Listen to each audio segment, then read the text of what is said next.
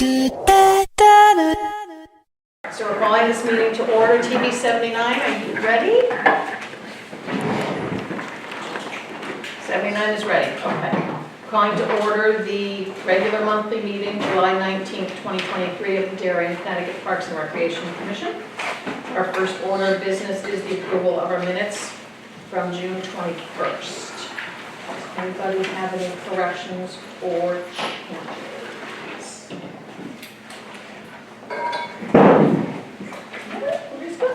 I only had one, and that was in the chairman's report, which was given on my behalf by Susan, but it refers to Wood Lawn Park, and it is Wood End Park. So, other than that, I thought they looked great. Okay.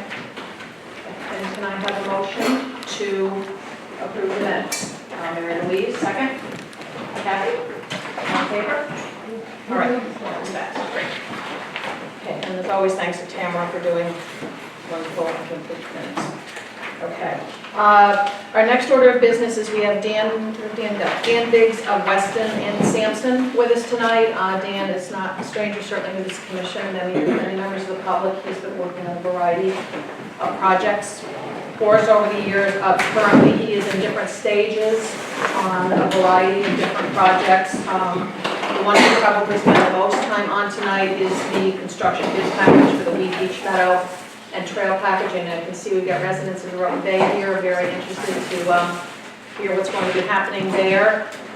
He'll also touch it in briefly on the construction bid package for the Pear Tree Point parking lot project, but I don't go too far on that. And lastly, he's also been working with us to get the approvals we need to add the paddle tennis court right here. This is paddle tennis court, which is being funded by local money. After that, we will go to our public comment section. I expect it's going to be lengthy this evening. Dan made a special trip down here to be with us this evening because some of these projects need to be moving forward and getting onto various calendars. Dan does live in Albany and will be going home after this meeting. So with regard to public comment, I am going to ask and remind you that any public comments that you would like Dan to hear specific to the Weed Beach Meadow and Trail project, which is that end of the property, first. I'd like to take all of those comments first so that Dan can hear them, get that input. Similarly, if it's something specific to Pear Tree or the paddle tennis court, and then after that, I know there's people who want to talk about pickleball and other things, but Dan, I don't think needs to stay and listen to those, and would like to release him and let him get home. So I'm going to ask people to be respectful of Dan's long journey home on that. Thanks. You are welcome, but I do want him to hear on specific thoughts and inputs on the Weed Beach Meadow. So with that, I'm going to turn it over to Dan Biggs. Well, thank you everyone for coming. Thank you commissioners for having me here tonight. It's a pleasure to give you an update on 3 projects, 2 here in this park and 1 at Pear Tree. I'll make sure I can I'll have Jim advance just press the right arrow. I don't know if it's not. Yeah. So I'm going to start with the paddle courts, which is a proposal for a 6th paddle court here at Weed Beach Park. A little history on the project, but not too much. Back in January, the town contracted with Court Pro to construct and to supply the court that's going to go here in the park. We went through the planning and zoning process for approvals through April and got that approval in June of this year. And as a result, there were some conditions for the approval that we're going through the process right now. Some which is, once construction is completed, we'll have to show certification that what is constructed meets the design plans with as-built, since this is in a flood area. We'll make sure that's compliant, as well as making sure that the substrate beneath the court itself has a stone base due to protect that area for erosion sediment control and also weed control in the future. So our next steps, this is going to be going pretty fast. The contractor has applied for a building permit on behalf of the town, and then construction should start this fall, if not sooner, and that will be up and ready pretty quickly. The only comment I think I skipped over was that request for disconnects for the power and the heat that goes with the court, as well as a condition to approval, to making sure that those are in the plans for the contract to ensure that that is part of the project. So that is a short hit coming up, but great improvement for the park. The next project here at Wheat Beach, if you look out these windows, formerly known as the Short Lane parcel. This is currently more residential lawn space that was acquired back in 2014 by the town. We started on the project in 2018 to initiate the design of what could be the ideas for this space. We had went through EPC approvals in 2020 just before COVID hit. We put the brakes on for a little bit due to everything that's going on in the world.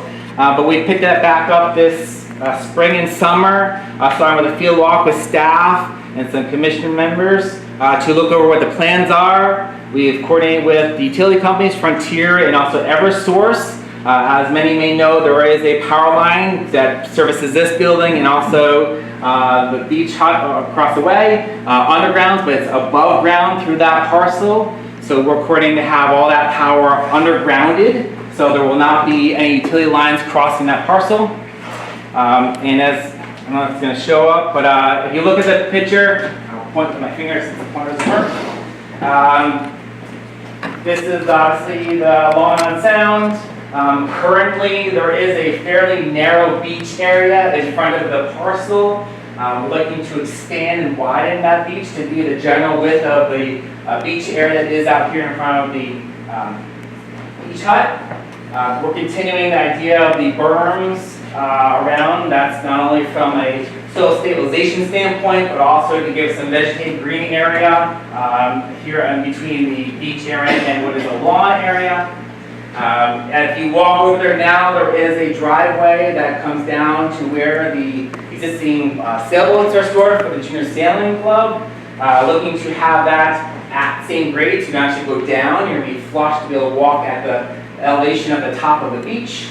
And from that point on, it's a lawn area with a slight raise in the middle, possibly for use of lawn sports or just picnicking in the lawn area with a pathway network going around the perimeter of that lawn. And if you look in there's a lot of Phragmites, a lot of invasive species. We're going to be removing all those, eradicating them, and restoring the wetland that is up by the sewer pump station. So a lot of lawn area, some vegetation. There is currently a tree line here, and we're going to work on enhancing that to provide a buffer, but also respecting the trees that are now, protecting as many of them as we can. And as well as upgrading the existing parking lot to, which is currently a stone sand composition, to add more parking spots and also a green space to make a safe access into the driveway. So that project, we have submitted to planning and zoning just this month of July. Looking to have planning and zoning review through September likely, since they take August off, with the hopes of October bidding for the project and construction starting fall through spring of 2024 once the park season of the beach area concludes. So that's the Short Lane parcel. If we have questions, would you like us to ask? Commissioner, yes. Or, so I have two questions. What are one called the concentric circles in the middle? Sure. So that is actually contour lines. It's showing us the change in elevation from this spot to the high. So if they're 1 foot contours technically, so there would be a 3 foot elevation across this whole length up to the top. It may look like a lot from the plan, somebody's question of the height, but it's actually fairly subtle since the space is fairly large. So that'll read as a flat hump. Yeah, it'll have a slight hump. What it does is it helps us for the drainage, as well as just to give that ability to sit and overlooking the water as well. Got it. And my second question, thank you, was I know there's some invasive trees there, but there's some mature oak trees and other prominent trees. How could saving those trees or incorporating those work? So we are looking to save as many of the non-invasive species as possible. Due to the elevations from the parking lot to the existing driveway near our lane, there is a grade difference that we're trying to work out to make this ADA compliant pathway network around the park area. So in our plan, this is a illustrative plan of what we're designing. We are protecting as many trees as possible. Most of them are actually in this general vicinity up in here, but there are actually a lot of invasive trees and vines strangling the non-invasive trees. So it's not really a great situation from a vegetation standpoint. So we're actually going to be removing a lot of the trees in this area that are struggling or invasive. We're technically not going to take questions from the audience. Amy? Is that a nice green barrier for the neighbors? This here, this edge here? Yeah. Yeah, so that's existing trees, and in our plan, we're actually going to site where other trees will be located, whether it's either there's voids that's because of trees or invasive being removed, or simply there's just been a shrub understory and not trees. So we're enhancing that buffer edge to give a buffer between the New Orleans residents and also the park area. Do you have a sense of, like, when you played out how many trees that would be and what types and how dense Yes, that? it is. So we have, I'm going to say about 10 trees right here, but we have 15 that we're going to hand select and place in the field per as in the locations within that forest area. Native species as well. So the intention is to create a fairly opaque buffer so that, Yes. So we're trying to, when this was once a residence, right, there was a drawbridge coming in, there was a house in this vicinity. So there's a lot of ornamental landscape plants, as in boxwoods. I think there's also, I'm drawing a blank on all the species out there, but a lot of other plants that are non-native that kind of are congregating in this general area right here. So when those was removed, likely they're going to have to be planted, replanting that area for that. In the current beach area, where the road is and the wall, Yes. how do you plan to handle that? So if you're on the beach and you look over down the wall to the asphalt drive, that's coming out and getting filled in. So as you're walking the beach, you'll be able to continue walking, because the wall is actually right about here Yeah. in general. So that'll get filled in and be able to walk and have extended beach to the lawn edge. Yeah, so there's actually a bit of fill coming to the area.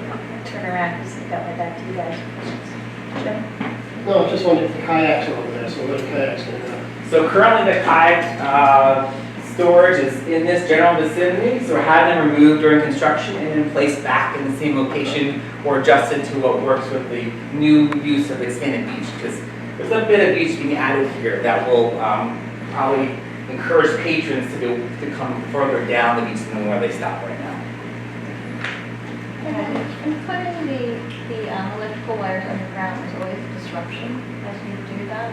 Will you be taking out a lot of trees and disrupting, or what will be disrupted and be changed as you do that? So currently from the beach house, this is actually a line here. It terminates in this general vicinity. From here, there's a pole mid-land, and then there's a pole at near Water Lane. So from this location to here is the undergrounding, which we're going to be clearing anyways, as a result of the park improvements.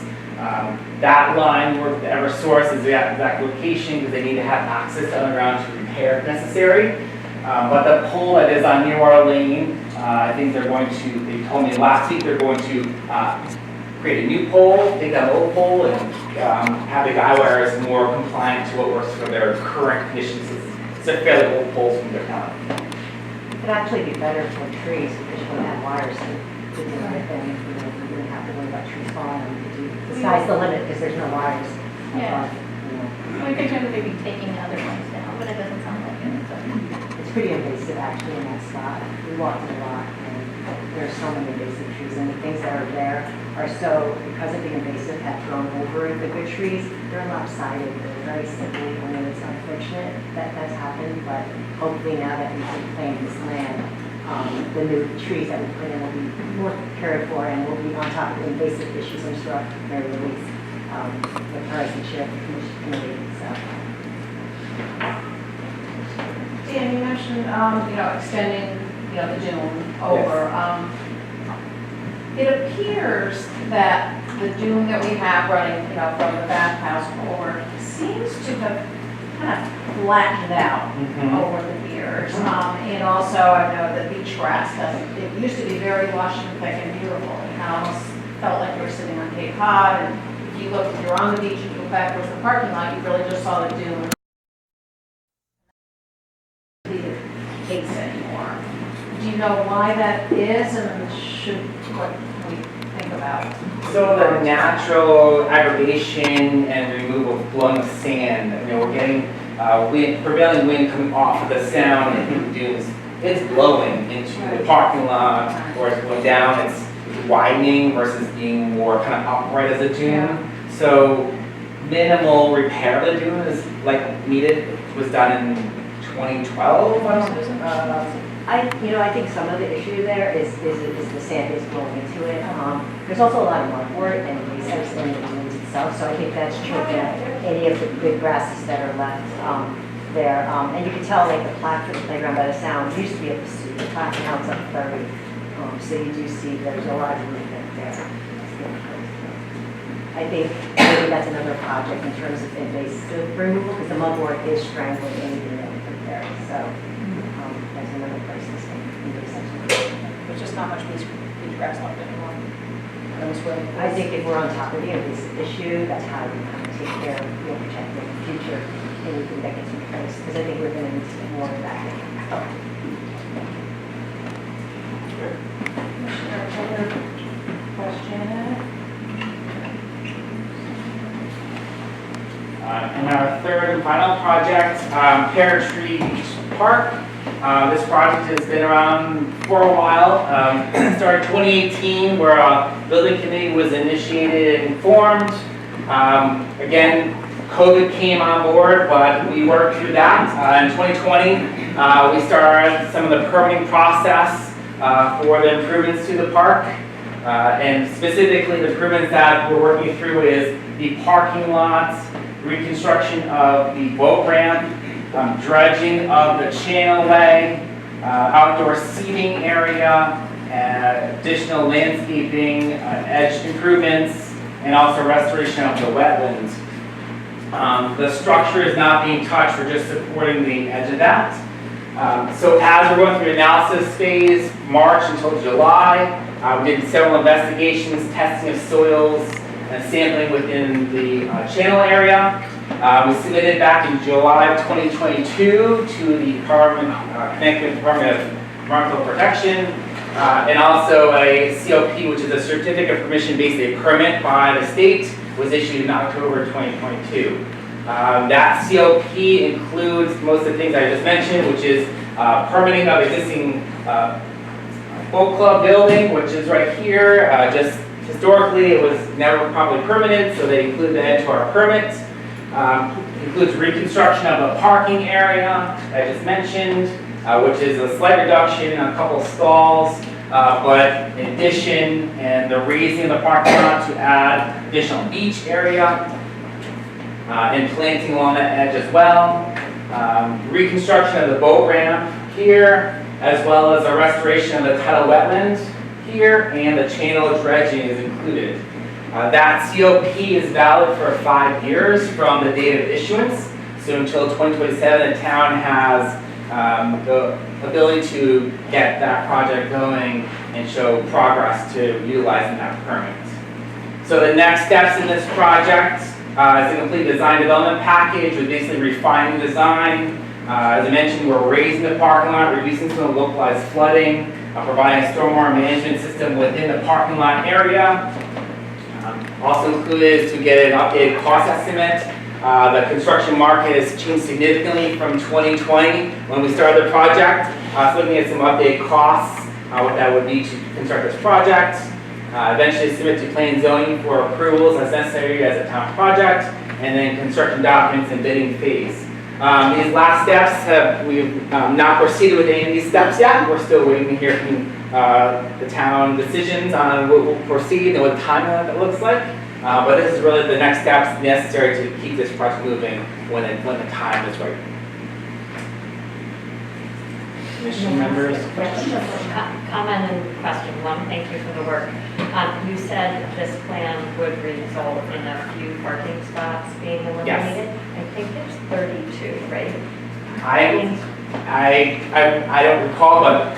No problem. I think Okay. it's worth double checking that, Sure. because I think Okay. 30 is different than a few. So, but my second question is, given, as you mentioned, the construction environment or the cost environment is likely changed from when this was started, town's taken on other obligations.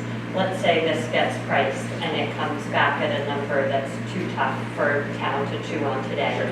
Can you uncouple the boat ramp and the parking lot, or do you need to do the two together to get the fix made for the boat ramp? To do it right, it should be done consecutively with the parking lot or and actually part of the dredging. That's the right way it should be done. Can you do it piecemeal? You can to a degree. Remember, the issue with the boat ramp is the steepness of the ramp. So as you launch, it's too shallow to launch a boat to get floating when then pulling your trailer out. When steeper, you're able to back up, hit the brakes, boat slides out into the water, and you can then launch. With as shallow it is, if you adjust this steepness, right, we're going to be having to follow chase improvements back into this area. Could be done? Probably could. We haven't gone down to that point as to how much would you have to do. And at some point, it would be fairly cost prohibitive to have to make all these improvements and then the rest is just staying as is, because you're going to disturb that potentially, chasing the storm, management system back. So there's a lot of consequences by just simply making those improvements. So it's an all or nothing. To some degree. And a question was asked when we were going through the permitting process, could you do items 1, 2, 3, 4, and skip 5? And it really would not be advisable to do that from the sense that this is a permit issued by the state. They want to know that you're giving good faith effort to make all these improvements that they have agreed to. This is environmental, ecological restoration of the wetland, maybe low-hanging fruit, but we want to see that you're making a good faith effort to make those improvements for the sound and the water quality. Other commissioners? No. Yeah, commissioners, other questions for Dan on the Fairview project?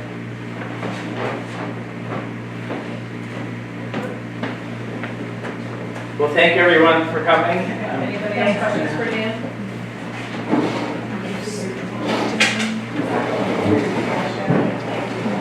Okay, so Dan, you can hang for a few Yeah. minutes just so any public comment that we get specific to any of these 3 projects. I definitely would like you to hear and take into consideration as you're finalizing plans. So it would be great if you could do that. So, okay, so as I mentioned earlier, for any latecomers, we have a lot of people here tonight. We're expecting a lengthy public comment section.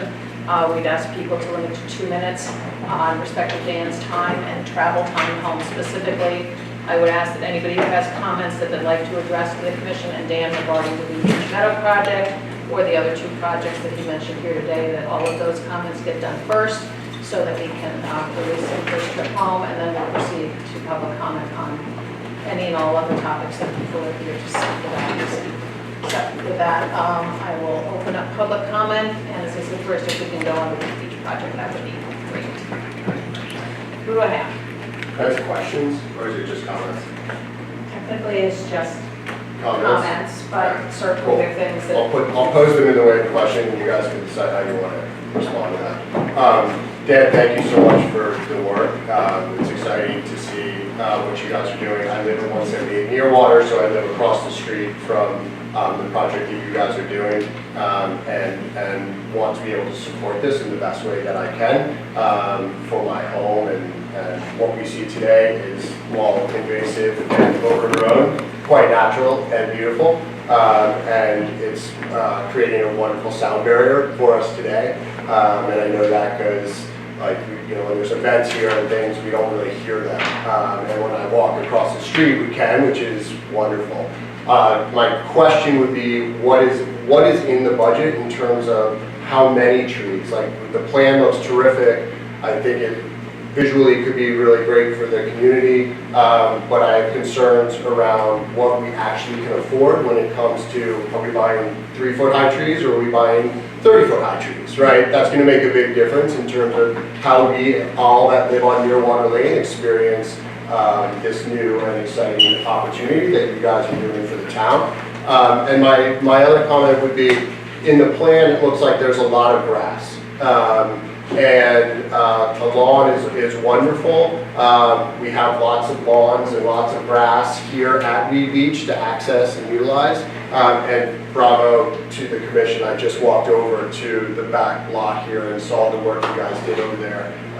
It looks like a totally different park, so that's amazing. So my comment on that would be, you know, it would be wonderful if we could maintain some of the rustic nature of that. I think both for people walking through there, because you created a wonderful trail, it would give them shade, it would give them an opportunity to enjoy the park and that beautiful walkway in a nice way. So I want to be able to support this. I think it's a wonderful thing for the town. I want to be able to see that land and the invasive species that are there cleared, and similar to what you guys have done here. But I'm concerned about what we can afford, number one, in terms of planting back and trees, and making sure it just doesn't become another yard. I don't think that's what we need in this town. It's more open space necessarily, but to create a serene environment that people can enjoy and utilize that walkway. So, and lastly, I didn't say anything about sailing. Is that going away? No, it will be there. Okay. The footprint's small though. Okay. I mean, Cool. So. Yeah, it's a wonderful compact. program. There's equipment will be stored in a dense manner. It's kind of spread out now. Yeah. And, you know, and we had to go over and have it explained to them that they could use the smaller space, and they said it was fine. Yeah, it's an awesome program that you guys run, so it's terrific to see them out there. So those are my comments. Thank you to the commission for the time. Can I just respond to this question real quick about the planting? You know, just to say, I did Weed Beach 1, and when we did Weed Beach 1, we also had concerns about, I mean, Weed Beach 1 being the bathhouse and here, and the rest of the parking lot, and we were very fortunate that we got a ton of donations, like all the plantings you see by the gatehouse and all this stuff, those are like garden club, a lot of things, so I don't think we're gonna be in a situation where we're gonna be like, we can't create that buffer and make it more naturalistic looking. We're also fortunate that, you know, groups like the Pollinator Pathway have a really great funding source where they've been able to source plantings for us very easily, and we've been trying to find places for it. And once Weed Beach comes up, we can probably find a lot of that. So I'm with you. I want nature to be here still. So. Last question on the parking lot that's going in there, Dan. You didn't mention whether that's gravel or is that going to be asphalt? What is that? The plan right now is had as gravel. We're gonna have an alternate for asphalt if that can fit the budget. So at some point, town will decide where should we have that money spent. Is it better for way more plantings or a parking lot? Parking's pretty expensive, so. Yeah, understood. Thank you for your time. Appreciate it.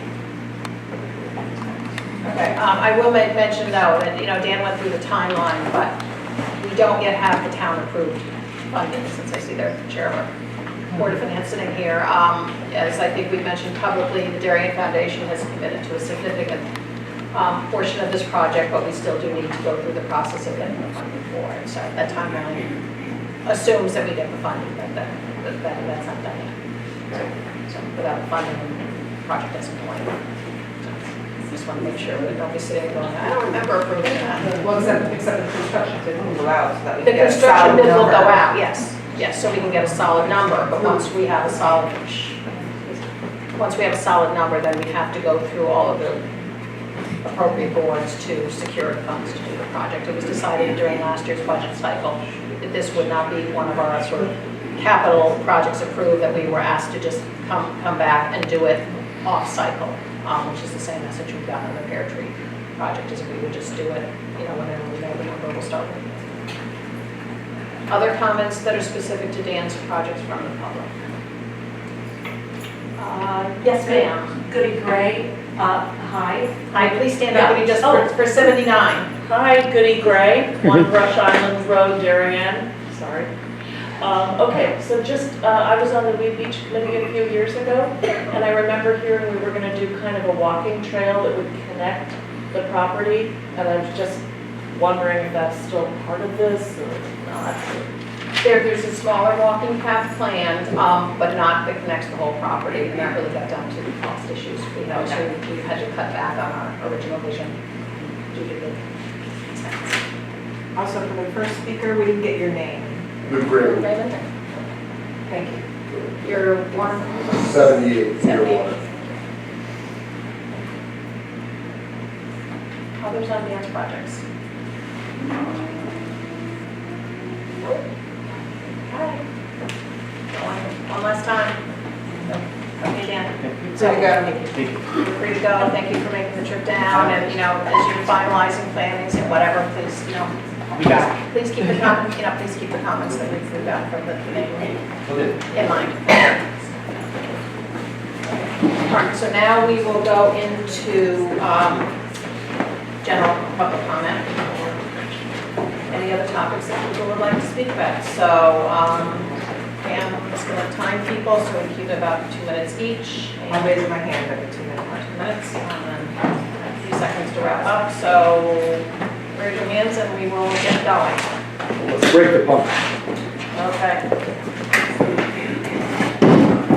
Testimony here, so. Good evening, my name is Kevin Marks, 39 Fairfield Avenue. It's difficult, I'm here to speak on the Cherry Lawn football comments. It's difficult for me to understand the logic nor the supporting arguments that have led the commission to reverse their original formally committed plans to align with the courts of Cherry Lawn Park. Further, during a public comment period, erroneous information was introduced to the commission that appears to have influenced that reversal. Since this time, we've done some fact checking on those points, and we think we need to correct that for the record. So first, there is no state of Connecticut or Fairfield County regulations that require courts to be aligned for tennis for our JV players to conduct matches.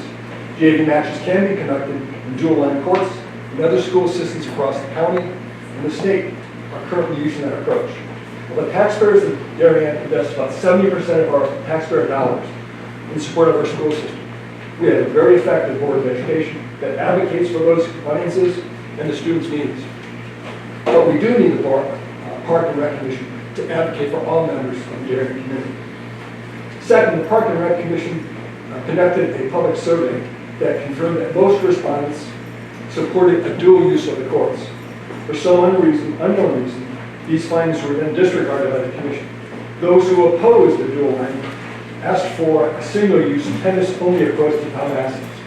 Alternatively, the pickleball community requested a dual-use shared service model. Which approach is more equitable and considers the broader community needs? I asked that of the commission. Which approach reflects the undisputed growth of pickleball participation and a general contraction in the tennis program? And finally, the public safety, public traffic threat has been discussed, and it's not based on facts. It's only soft sampling and perceptions. No formal traffic study has been conducted by this commission, nor has been requested. And until that's done, the traffic argument should have no basis and should receive no weight.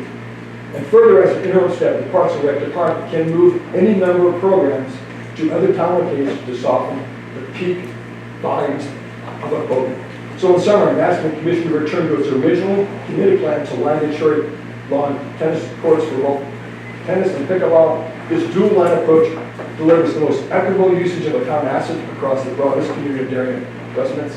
Thank you for your consideration. Yes. Next. Gentlemen, right there with glasses. Yes, please. Oh, good evening. My name's Kevin Gray, 5 Old Stone Road, no relation to Kevin Gray. Otherwise known as Joel Gray's husband. I was on the Planning and Zoning Commission for a number of years. Took review boards, worked at Southern Exhibit Beach Bathhouse. I'm here on behalf of the Cherry Lawn Gardeners. They've asked me to come and represent them because parking has really been a tremendous problem in Cherry Lawn, as I'm sure you know. But you may not be aware that even for our 3 dedicated spots, people park in them all the time, even though they're marked just for us. It makes it really difficult for us to cart all the things we need back and forth to our allotment. Even when you confront them, they say, oh, well, next time I won't, I'll park somewhere else. But I hope you'll take our problem into consideration. It's gotten far worse in recent years, especially in the mornings when many of our gardeners who are elderly garden because of the weather also peak time for the playground and other things. So I do hope that there can be some solution for our gardeners. Thank you very much. Next.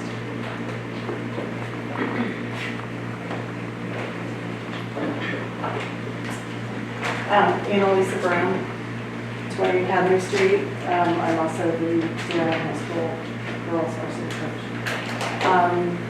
I kind of hate the fact that this seems to be like pickleball versus tennis, because most of us play both of these sports and everything else. But I will remind the commission, that I won't go into detail, that there is massive confusion for the JV teams.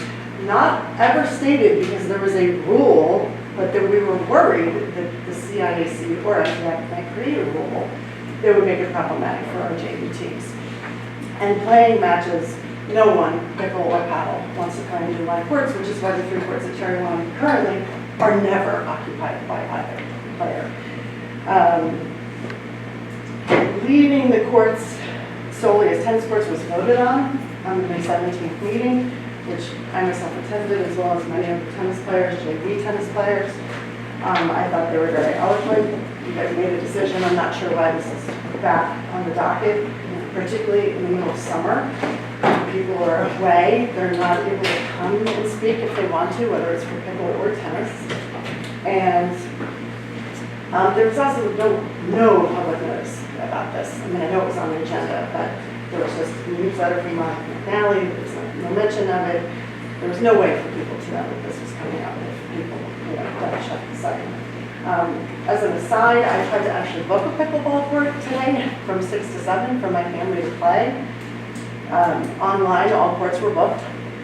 And when I went by, there was a court fully open and not being occupied at Cherry Lawn, the dedicated pickleball courts. I am a pickleball player. I would love to see more dedicated pickleball courts in Darien, and I think that can happen.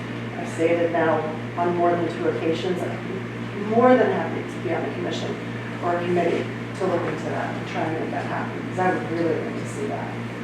So I'm just asking that you guys follow through on your vote from May 17th and line the 3 courts at Cherry Lawn for tennis only, as you decided. This is also the letter. I don't know if you guys all got my email. Yes. Okay, good. Thank you. So I'll back her up. I'm not from town here, but I'm the varsity tennis coach. Can you give us your name now? John DeFilippo. Okay, and you're the varsity tennis coach for Yeah. Darien High School? Yeah, so just to piggyback off her, we currently, between varsity and JV, have 75 players, around 75 players playing, and we had to let the players go, just because we don't have enough courts to be able to get them on court for practices.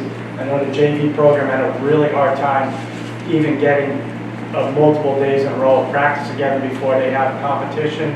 Competition days were tough for them. The town only has, if I'm correct, 14 tennis courts in town. And during the springtime, the town is also running their teaching programs on some of the courts here, which then limits more time away from the kids to be able to practice properly, be prepared for competition. So at this time, with just how few many courts are in town, I just don't see how the courts can be lined for pickleball and take away from use for the tennis players, especially in varsity and JV programs at Darien High School. I'd like to add too. Can we, Okay. person at a time, and I'll acknowledge that Yeah. speaker, thank you. All set. I'm Val Barron, 176 near Waterdale. I just don't see why you would convert the nice tennis courts that we have here that we have just been refurbished. We have 6 amazing tennis courts. And if you were to convert the 3 tennis courts to pickleball, then like all the other 3 tennis courts would be devoted to town tennis. And then all of us that play tennis, we wouldn't have like tennis courts. I'm obviously not JV, I'm old, I play tennis, and I wouldn't be able to play tennis.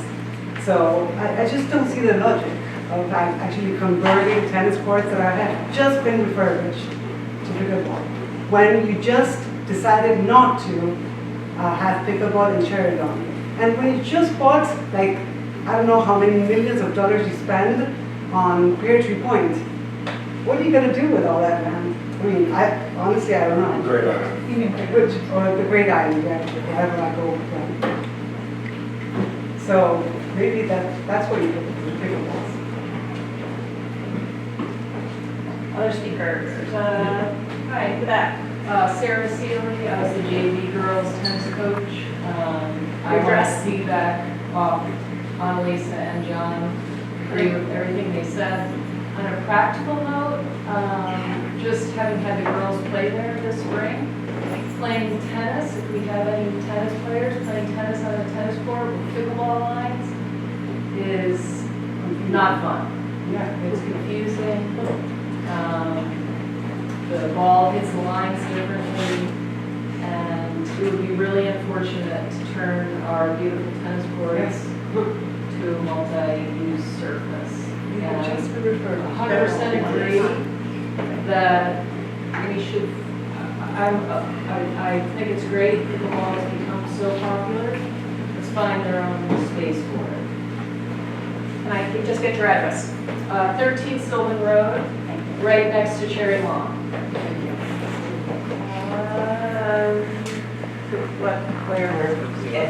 Oh, way over there, thank you.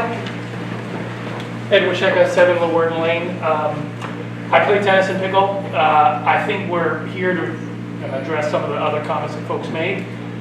As I recall, the commission went down the path of doing multi-use courts in Cherry Lawn. And people have been playing tennis and pickleball on those courts with lines for both sports. Then at your last meeting, you decided to paint over the lines and not have pickle, which is why you have so many folks here. So for all the argument about we shouldn't have 2 sports, we can't have 2 sports, we do have 2 sports. Well, but that's not true. That's not true. There's people playing both sports there. Okay, all right, we're not getting into a debate because we did not come through on 79 and we're just not running this that way. Lady in the back with the Cape Cod t-shirt. Hi, Summer. Highly relevant that the Board of Education has not taken a position on this. And in terms of you having the jurisdiction to consider this question again, you had made a decision once to multi-line, then you changed it, then it was pointed out that there were additional facts to consider, and I think that's what you're doing here today. So I hope you will do that. And also, the tennis folks talk about having, a future of pickleball with additional courts. But what you're doing is you're taking away courts that are pickleball use now. No one's talking about taking away tennis courts, but the tennis folks are having you talk about taking away existing pickleball courts. So whether it's adding courts here at Lee Beach or permanently lining those courts up at Cherry Lawn, I really think you need to do one of those 2 things.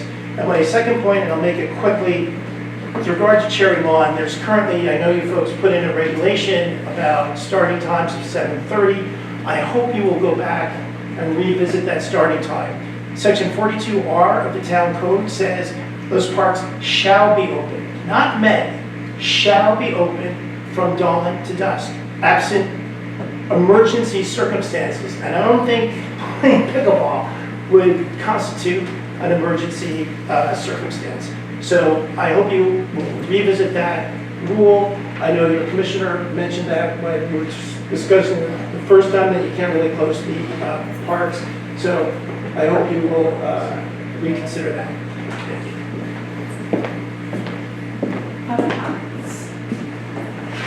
Thank you. Jim Palin, 5 Hickory Lane. I'm here in my individual capacity, but I also chair the Board of Finance, which a lot of these projects will ultimately come in front of. And I think there are a few points and questions I sort of had for the committee. Having 3 years ago, the Board of Ed proposed redoing 5 tennis courts for a tune of almost $600,000 at the high school. The board asked, the administration asked, if there was a need for any additional courts to satisfy the needs of our athletes. And the board said, the athletic director said there was no need for any additional ones. the Board of Ed has also said, there haven't been any questions, I think, raised or proposed to administration for the need for additional courts or for the need to play in courts that are not lined. So I would just make sure as you sort of look at making these decisions, let's make sure, check with the folks, the administration that actually run the schools. I would say the second thing is I think we need to make sure all the decisions that you guys are making here, that all the boards in town make, are really based on a full set of facts. We heard other speakers talk about whether there might potentially, possibly be something out of the SEAC regarding dual line courts. Full disclosure, I have a few football player children who play in a football field that's lined for boys lacrosse, girls lacrosse, soccer, and field hockey. And I think all of these teams do a pretty darn good job playing on multi-use fields. I'd love to have a separate field for either one, but as the chairman of the Board of Finance, we can't afford a separate field for every single one. So I do think all of our town resources, we need to think about how to best take our limited dollars, deploy them into the best assets, and get the most use out of them, and satisfying all of our residents' needs. That's what we try to do on all of our boards here. And I would say, as we think about sort of why don't we just build one tennis court, everything costs money, and I think if we can get more use out of our resources, that is better. And I know there's been a lot of talk here about safety and traffic and parking, and what I would encourage the commission to think about is the way other boards and other departments go about it. If there's an issue with respect to traffic or flooding or safety, they usually come before a board and will ask for some type of resources to go out and do an official study about whether it be flooding or safety or whatever it is, and then come back to us if there needs to be changes to traffic patterns or parking. If there is a need, please do the work and then come back and present it to all the different boards that need to make the approval. So, thank you.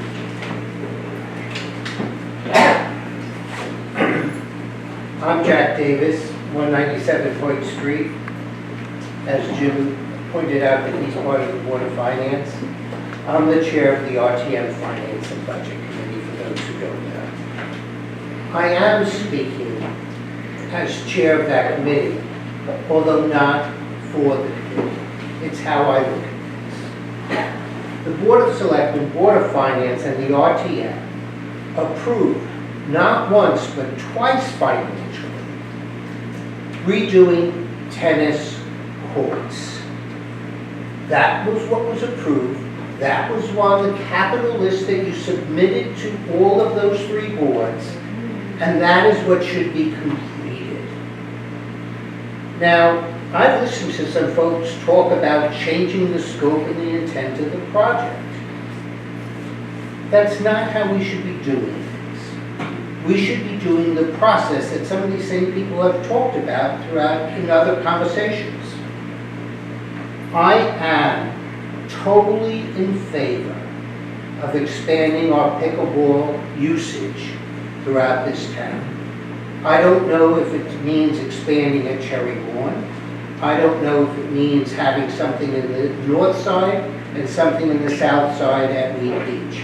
That's for the commission to do their research, go do the questions, bring it to this commission, bring it to the Board of Selectmen, to the Board of Finance, and the same thing as everything is going through, most of these projects will go through Jim, I promise it's going through the RTM F&D committee as well. There's questions that should be asked. Is there a desire to have everything stacked at Cherry Lawn? Are there, I know that when I go up to Cherry Lawn to play with my grandchildren up there, it's hard to find parking lots in there. But I move last with one conclusion.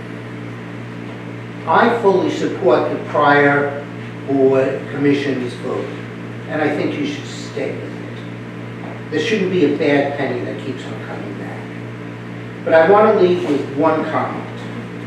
I'll ask if anybody knows what a camel is. Well, a camel is a horse that's been designed by committee.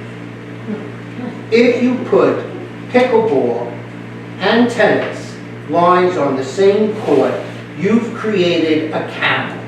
It is not good for either sport, and therefore, I don't want camels in this town. I want separate items that meet both of them, and I'm willing to spend the money. Thank you. Other speakers? Good evening. My name is Melissa O'Brien. I live at 262 Old Kings Highway South. As a 47-year resident, I am speaking today about the importance of increasing access to an extremely vital part of our community's emotional and physical well-being.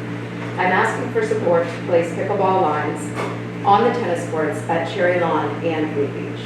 As we all know, mental health and physical well-being is critical for people of all ages in our community. As a sole proprietor and empty nester, I rely heavily upon my time on the pickleball courts as a primary outlet for my mental and physical well-being.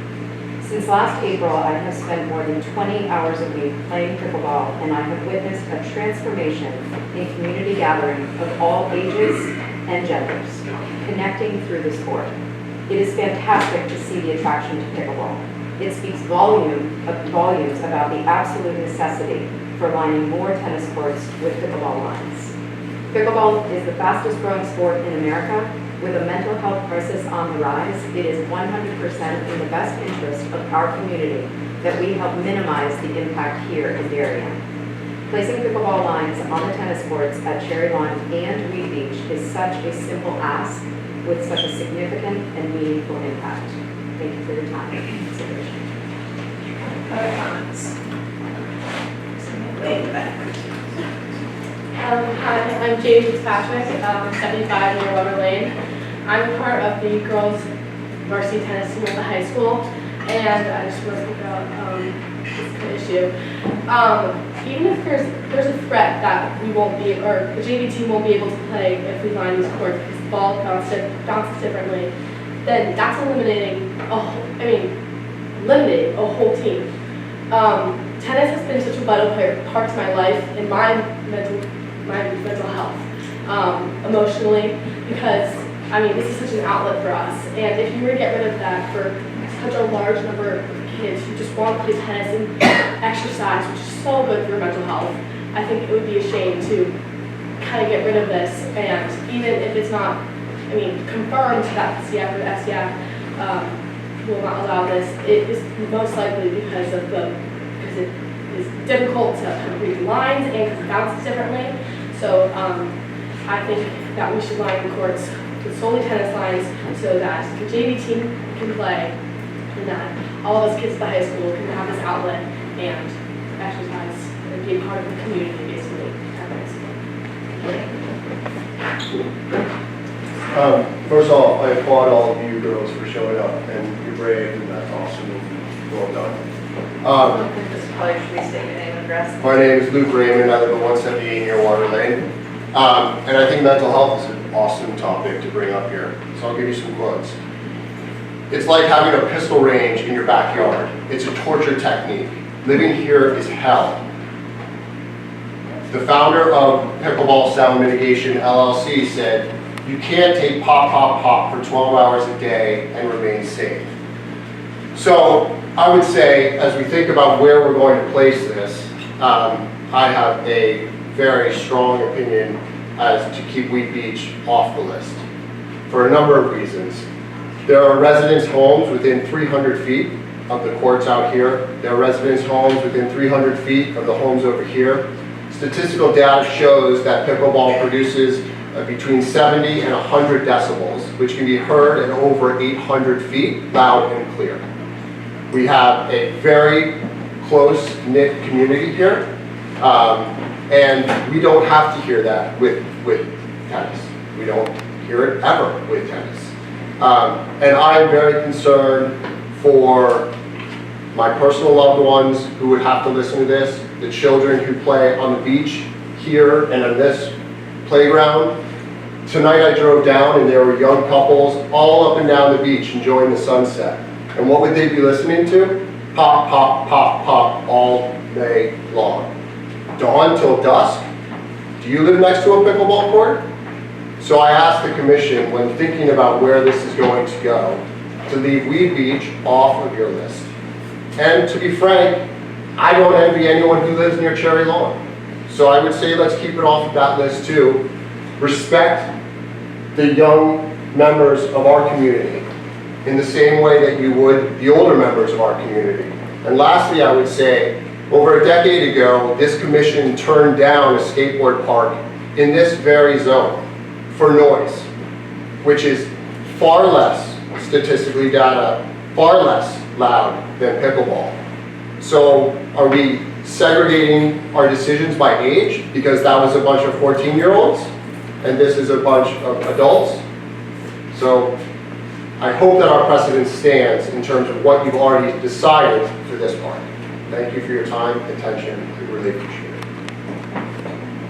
Others, I see a hand in the back. Hi, I'm Sydney Mohon, 15 Tuolumne Lane. I'm a member of the girls varsity tennis team, but my freshman year I was on JV. And there were 25 or more girls on that team that year, and I think we all learned very quickly that it wasn't necessarily the most practical having 25 girls on 3 courts and having everyone at playing time. But even with that, I still really look forward to going to practice every single day, and it was a big part of my life. And as Coach Seeley said, having those lines on the court it's an obstruction to the quality of play that the girls are able to have. And like so many people have mentioned, like it's so important for mental health to be able to have that outlet in school. I also think someone earlier made the argument that it's 8 weeks of playing tennis versus a year of pickleball, but I think the vast majority of the 75 kids that are a part of Jerry Ann's tennis programs continue to play year-round, especially in the summer, and continue to use the Cherry Lawn courts for tennis during their free time so that they're able to maintain the quality of play. So I think in many ways that lining food courts with pickleball lines, it is still like prohibiting the number of members of the community that are able to access tennis because those courts can now be occupied by people playing pickleball.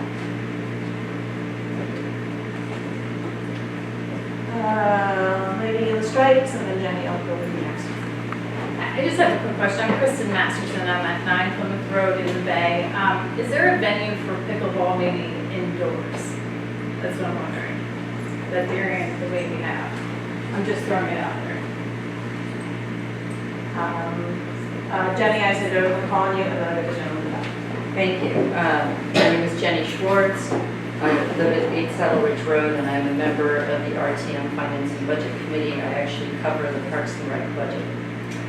I'm speaking tonight as a member, but not for my committee, but having been the person who actually looks at these numbers, I want to reiterate that the Commission, the Board of Selectmen, the Board of Finance, and the full RTM approved this project for tennis courts, not once, but twice, to the tune of $350,000, which told us that was a very important project to do. We did it in fiscal year 22 and in fiscal year 23. And those, but my point is when projects that are funded with taxpayer dollars are completed as presented to the public and in a timely manner, that gives me confidence for any future capital requests. There's follow-through. Changing this plan, it would have changed my analysis. I would have asked very different questions had this project come before us as multi-purpose courts. It would have been a different analysis. So it's important to follow through and complete capital projects because it shows integrity and transparency in the public process.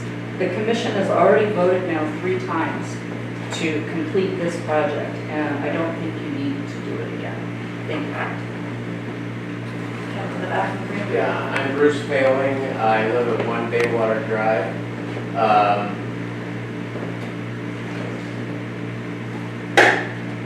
Pickleball court. Could you copy Waveney and do pickleball courts at Great Island? I mean, you wouldn't have a noise problem. You have acres and acres of insulation. You could easily draw 1,000 square foot circle around the pickleball court, and you wouldn't be harming any neighbors. I share Luke's concern that people on the beach, people enjoying Wheat Beach, are going to be just have machine gun. The noise of a truck backing up, we all know, that's a really annoying noise. That is exactly what the decibel level is of a pickleball court. So do you really want that when you're lying on the beach over here?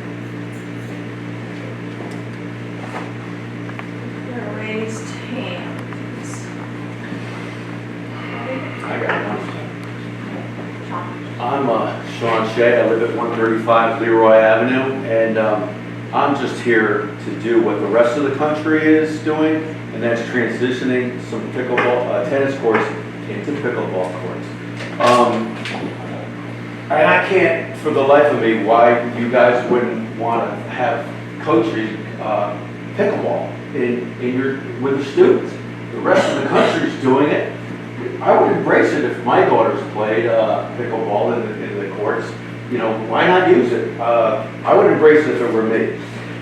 As far as the noise goes, if it's here, you already have a buffer. We just heard all about it. We're going to add more trees to it. And I don't know about this whole bit about decibels making more noise than, I mean, that, to me, that's ludicrous.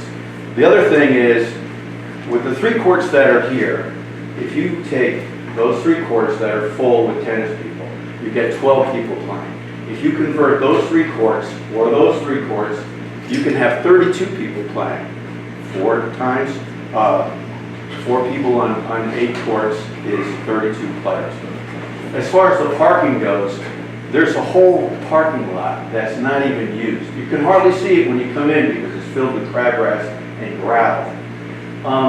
And you people are not blind. You go to Cherry Lawn, there's hardly anybody using that tennis court.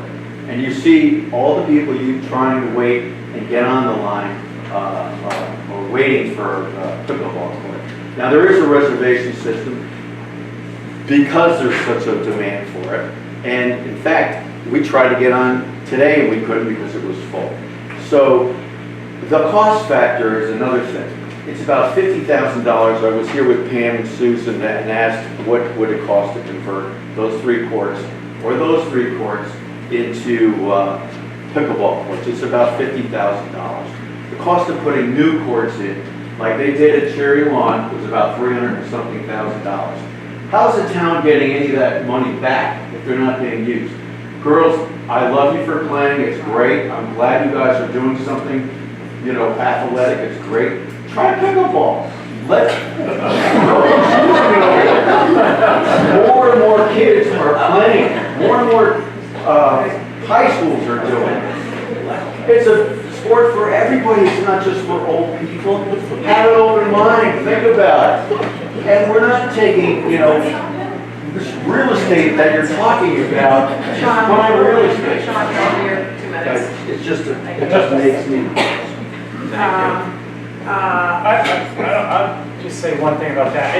CIAC hasn't approved it as a sport, so I don't know where that is even relevant about. It's a game. It's not being played in high school. Most high school kids are playing it right now. All right, But it's not a CIAC sport. So what? We're not getting into the conversation. I saw 2 hands in the back. I see multiple hands in the back. Carol Donnelly, 49 Phillips Lane, and I actually want to piggyback on what he just said. I was here at the May 17th meeting, and part of the reason you voted the way you did was because of the concern for parking at Cherry Lawn.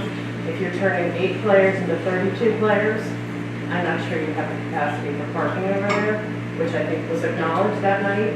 And secondly, to reiterate what the RTM members are saying, you need to complete the approved project and spending, nothing else.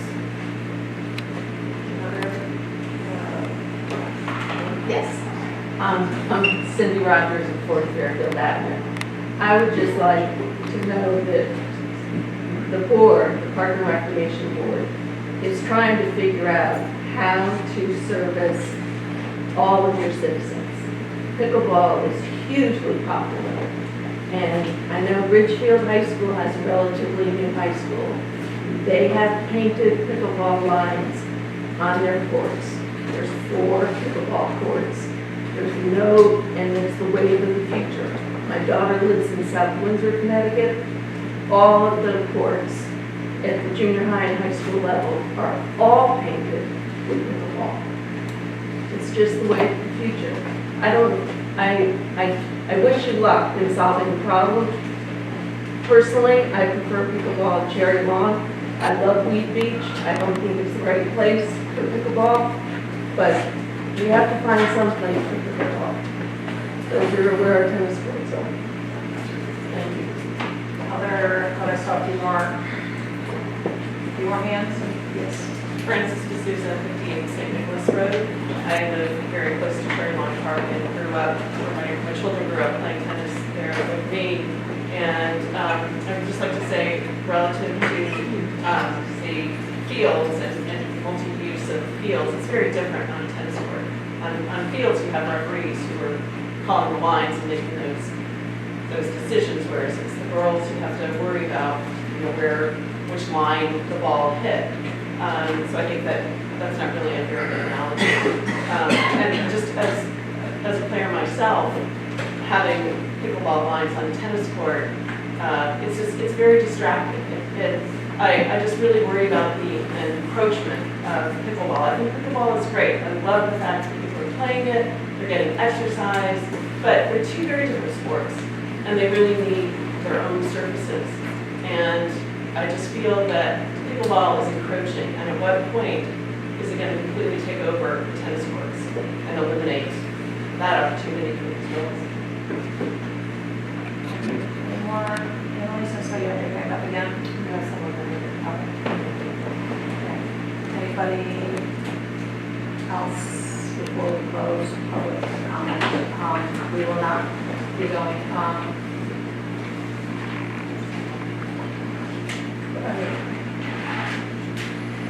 we can start suggesting whether there's any neighbors of Cherry Lawn who wanted to comment on their experience. I know I already spoke, Sarah Seeley. I live at 13 Sylvan Road, and I walk down Woods End to get to Cherry Lawn. And sort of addressing the noise issue, you can hear it before you even enter the park. And that's one court by the road, and a few people playing on the tennis courts. We're there every day with our dog. Those courts are not filled. But you can hear the pickleball before you even get to the end of Woods End. I don't know if you guys know that. We walk down the end of Woods End and then through a path. And before we even get to the path, you can hear the sound of pickleball.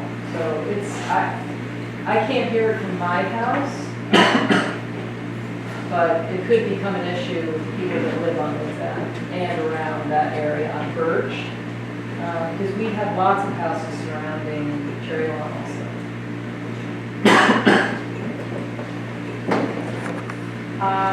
Any more public comment before we close it out? I do not intend to go into a second round of public comment later on the evening, so I just want to get that out there right now. That's it. Going once, going twice. We're done with public comment. Sorry. We will be discussing. Sorry. We'll be discussing pickleball later in the evening, but our lead folks are here. Okay. So we do have a representative, Darian Lilly, here who has been patient in listening to this, but we do have other sports that need our attention as well. We have some time sensitivities on that as well, so I would ask our representative from Darian Lilly, please state your name. My name is Sean Ryan. I live at 11 Joy Street. I'm on the Little League board and was president of Little League for the last 4 years. I just wanted to update the committee on two projects, one of which is a little bit further along. We had hired, well, first of all, we've had a wonderful partnership with Parks and Rec. We rely very heavily on the town facilities for our Little League. Our Little League, between baseball, softball, and our Challenger program, services approximately 1,000 kids in town. So facilities are always at a premium. The playability of those services is important to us. And with the most recent updates from the Board of Ed with the projects happening at Hindley Homes and Royal, we are losing facilities. So it is of the utmost importance that the ones we do have are available to us as much as possible. So we contracted Tom Irwin and Associates to give an evaluation of the McGuan facility, just so people know. When you have dirt fields, there's a high level of maintenance that goes into keeping those surfaces playable. Our facilities really, other than the annual maintenance, haven't been updated in approximately 20 years. So over the time where you're doing maintenance, you're really putting Band-Aids on problems, and as they get played, they come out of level. They become, other materials enter the soil surfaces. And what ends up happening is they eventually don't drain very well, and all the original work ends up, kind of breaking down. So when we hired Tom Irwin and Associates recently, he came in and did a study of the surfaces, all three of the playing surfaces at McGuan. And some of the highlights of what came back is essentially that what we have there is barely meeting standards at this point. Just some of the highlights that came out of it is the infield, particularly on all three surfaces, is way out of whack. In some cases, there's a 2-inch differential from edge to edge. The soil surfaces are predominantly sand and aggregate that have gone into it, so as opposed to clay, which is the natural playing surface. Over time, we add drying agent. As the fields fail to drain properly, we add more. And I think the drying agent is something more like a kitty litter. If you've ever been over to McGuan in the summer, like last summer where it didn't rain, unlike this summer, it's a dust bowl. And it's, quite frankly, at some points it becomes dangerous for the kids. We also do quite a bit of removal of material because as it builds up, there also becomes a differential between the infield and the outfield. Think of stepping down into the outfield. So it's time is the basic gist of it. They gave us a proposal with estimates of where they thought the work would come. It's somewhere in the neighborhood of, on the high end, 150,000.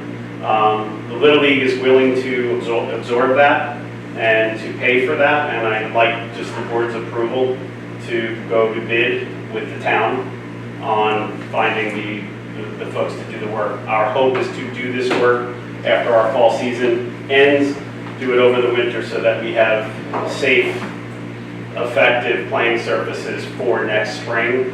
As, like I said, we are losing 3 facilities next year. It is of the utmost importance that we can have full access to McGuan going forward.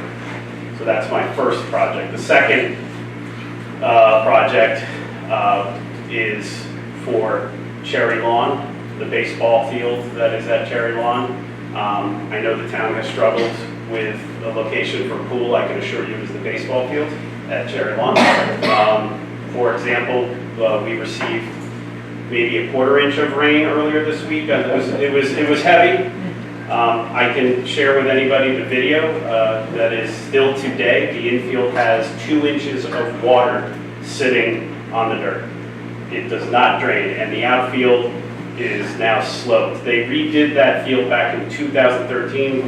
The Little League, paid for that facility to be redone. I don't know that it was ever done maybe as well as it should have been. I believe it was, but at this point, that facility is at a point where we lose that facility anytime there is any discernible rain in the forecast. I would like to go forward with having Tom Irwin evaluate that project and look to see where that comes in terms of a number, and probably put that towards maybe next year's budget and perhaps seek some financial assistance with that. It would be hard for us as a not-for-profit organization to do 2 major capital projects back to back. But again, the Board of Ed has taken those 3 facilities offline for us for 3 years is what we've been told. So I don't know if there's, and we're in a unique situation that we have dedicated facilities. To Jim's point, it would be great if we had the ability to play on multi-use surfaces. That would be great. We would be open to that. You can't play baseball, softball on a multi-use facility. It's just not practical. So I would love the committee's approval to seek sort of an evaluation of that facility as well, for hopefully for next year's use. I'd like to open up to the commission for questions. we got the detailed report just in the last 24 hours or Yeah. so. It's a lot of very technical information. There is, and I'm not going into any of it. But I just want to open it up to two questions from the commission.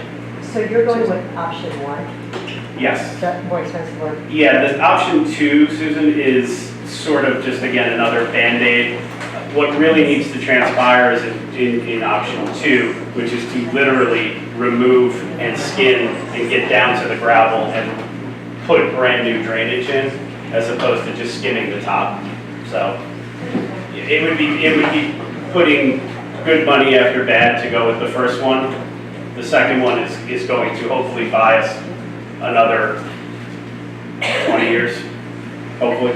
And they take the same amount of time, which is great. Yeah, You know, so it's yeah. not like you're losing time by spending more money. No, it's time. There's a lot going on. Guan has been like the crown jewel of Little League in this area for many, many years. I will say this, and this is not meant to, push you in any one direction. It's, again, we're paying for this, but every other Little League in southern Connecticut has resurfaced once, if not twice, in 20 years. So we are well overdue. I think we get away with the fact that we have a good relationship with the Parks and Rec Department, and they work with us to do a lot of these patches, but they're not taking any more. So, and we've got there's been dips and and kids have gotten hurt. I mean, I had a kid last year lose his front 2 teeth. Yes, I did hit before I took out his teeth. So, but yeah, it's it's a safety issue as well as just getting the park up to snuff. So. Have you thought about what the maintenance costs are for Parks and Rec to take care of the new fields once they're redone? We pay for the even though we utilize the town facility, Little League has always footed the bill for the maintenance and upkeep of all those town facilities. As I stated in the beginning, we've had a wonderful working relationship with Parks and Rec, and this is just more, let's do this for the league and for the kids and to get it right. And you'll be paying for that maintenance going forward, like you have a budget for it? Yes, no, we budget every year. In fact, this taking the capital project on will hopefully save us money, because right now, what used to be pretty minor and basic sprucing has turned into major, turf and dirt and leveling. And I mean, the work that takes place in November, which is typically when we do our maintenance for the next year, has gotten significant, and it's still not taken at this point. So unfortunately, we've got to bite the bullet. They pay Park and Rec overtime Okay. for maintenance. Great. And are you going to pay for the evaluation study for Cherry Lawn too? Yes. Other Yeah. questions? No, I'm easy. I'm not causing any rift. I just need you guys to approve. Although the work on Cherry Lawn will come back, and we'll have that discussion next year. Once that's That sounds like a long time ago. Other questions? Just that, there's a lot to absorb. This is very technical. Every time you hear about drainage and flooding, it's such a hot topic in town, and I think we would all want to be sure that this is improving drainage, not causing things to run in the wrong areas and all of that. I don't know, because this has come at us fairly quickly. I'm not even aware, Pam, are there other town boards or P&Z or Public Works or anybody who need to be looking at this, or are there approvals that are required? We haven't had the time to get into that. Just to answer, if I may, your question with regards to drainage, the drainage systems on ball fields are about dispersing and absorption. They're not about dispersing away from the field. So when you talk about, much like, the P&Z has folks, put downspouts on their gutters now into these Coltech systems to disperse it and absorb it as opposed to putting it into the sewer system. This is the same thing. The way that a ball field drains is to take the water that hits and disperse it amongst the grass and everything else. It will not vent into a parking lot. It will not vent into a drain system. it's a way of dispersing. Okay, because I'm looking, if I'm getting my orientation right, which I may not, but one of the fields, I think, is fairly close to the new playground. It's adjacent. It's adjacent, so we're spending $250,000, folks, and federal government, it's still taxpayer money, to completely rebuild that core, and if you just want to be sure that now and then They're not changing the level. They're not recreating that. This is the infield, not the outfield. So it would be the other side of the ball, of the facility. So they're not changing grade. And I think we want to just make sure that the people with the appropriate subject matter expertise in town, which is not necessarily us because we're not drainage experts, will be looking at this as it moves through the review process. So I just think that's really important to acknowledge that. Typically, and I know this came up at the last meeting about, do you vote the same night, do you vote not the same night? Generally on, kind of in major, we try to talk about something, absorb it, get feedback, not vote. But in looking at this and getting the feedback, there is some time urgency because of the timing we need when to do the fields, and we don't plan to meet until September. So I did list this on the agenda to go. The commission can certainly say we don't want to vote on it tonight, but given the timing, the school projects that are starting, taking fields out of play, I made a decision that was appropriate to put it on the agenda for a vote. So I just wanted to let you know I'm thinking of that. We are in a very enviable position because the league is not only coming and saying we really need to do this project, but we will pay for this project. So, one of the things is really we need to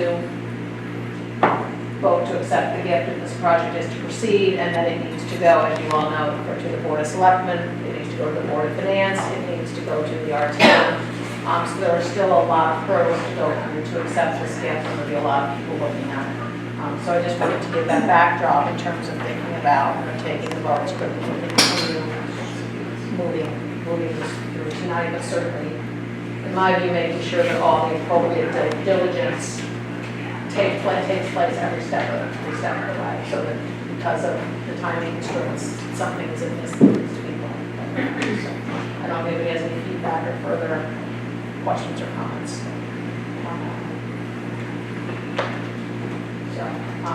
Would someone like to make a motion? I would craft to the extent that the commission votes to accept the gift from the Darien Little League for the remediation of the Warren Fields, with the understanding that, all appropriate approvals and technical input will be sought to make sure that the park, usually the properties are selected up to, you could say, I would give us a little room just in case something comes up, because he says it's 150, but I would add a little bit there, just so that, we got to come back and say, oh, it's 200. I hope that's not the case, of course. But you always put a cover. Yeah, I would agree to make it higher so that if it's going through, and depending upon if you approve it, he can get his bid. That way, we can do it and possibly push it through in September. I'm asking for 200. okay. Is everybody comfortable with that commission, excuse me, with that motion? Yes. So sorry. I was working with the motion as laid out.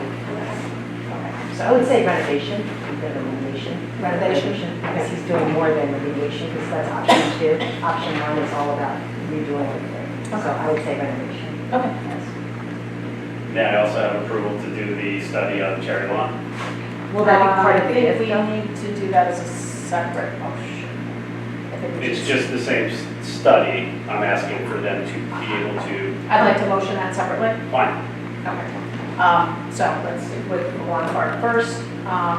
Somebody make that motion, please. Susan? Secretary Louise? Okay, all in favor? Any opposed? I'm going to abstain because I didn't even have a chance to read this. I haven't even looked at this. So I'm trying to read it really quickly and I like what I heard, but I'm just going Okay, so then the next would be, so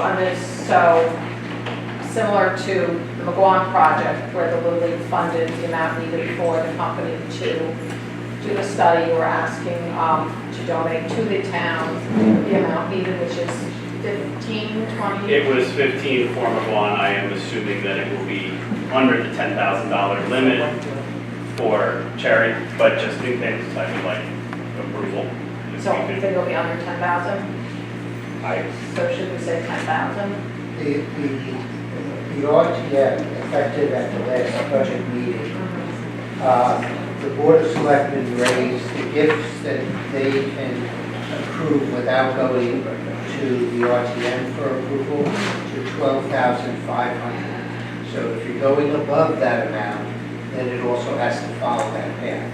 If you don't, then depending if they're paying the money or if the town's paying money, it still might have to go to Jim's board for the appropriation.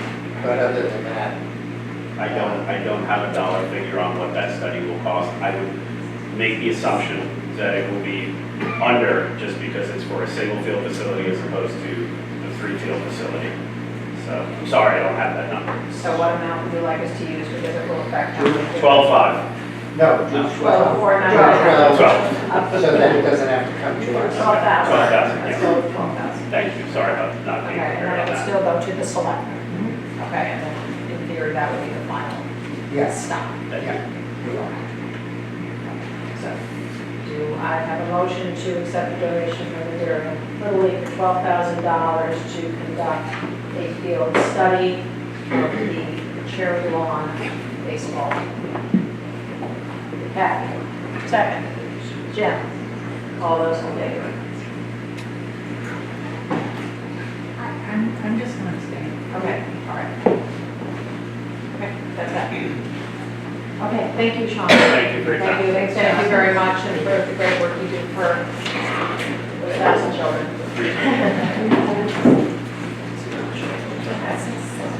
Okay, so next we are going to get the staff update on the presentation of the pickleball and tennis court usage. They provided us some analysis.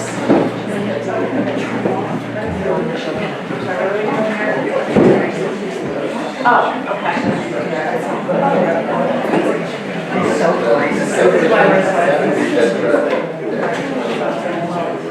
Little clutter here.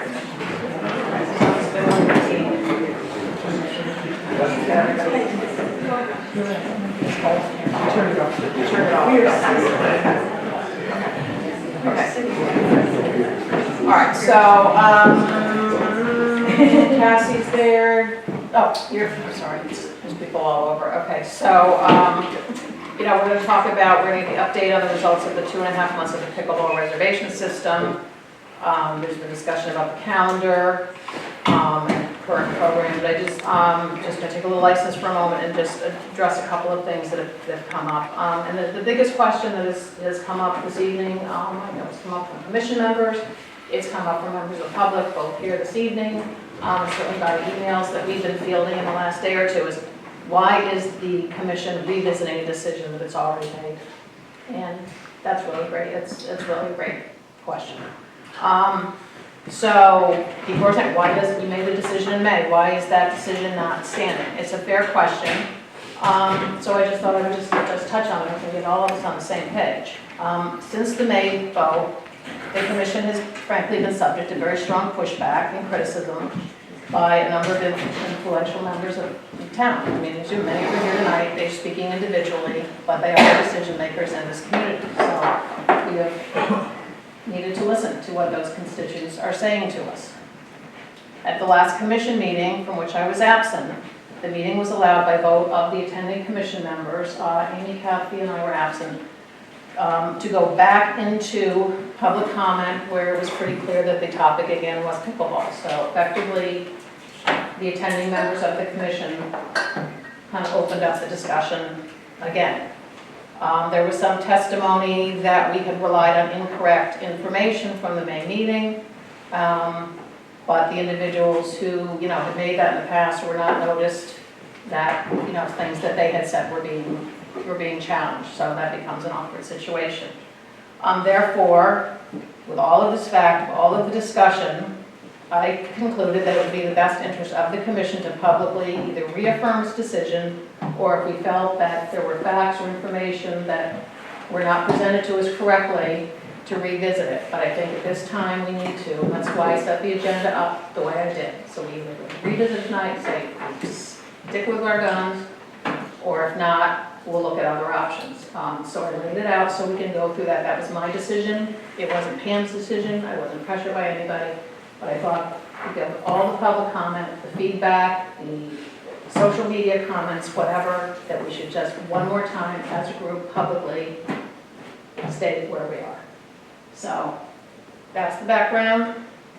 We'll proceed with our discussions tonight, and then see where we come. Okay? So we're going to turn the meeting over to Pam and Jim and Cassie. They've joined us this evening. I appreciate them being here. And I think first, Cassie has spent time looking at the results of the first 2.5 months of the pickleball reservation system. The information was sent in your packets, so hopefully everybody has a chance to look at it. So Cassie Schultz, Recreation Program Supervisor, Darien Parks and Rec. Thank you all for being here, voicing your opinions, whether it's for or against or for shared pickle and tennis.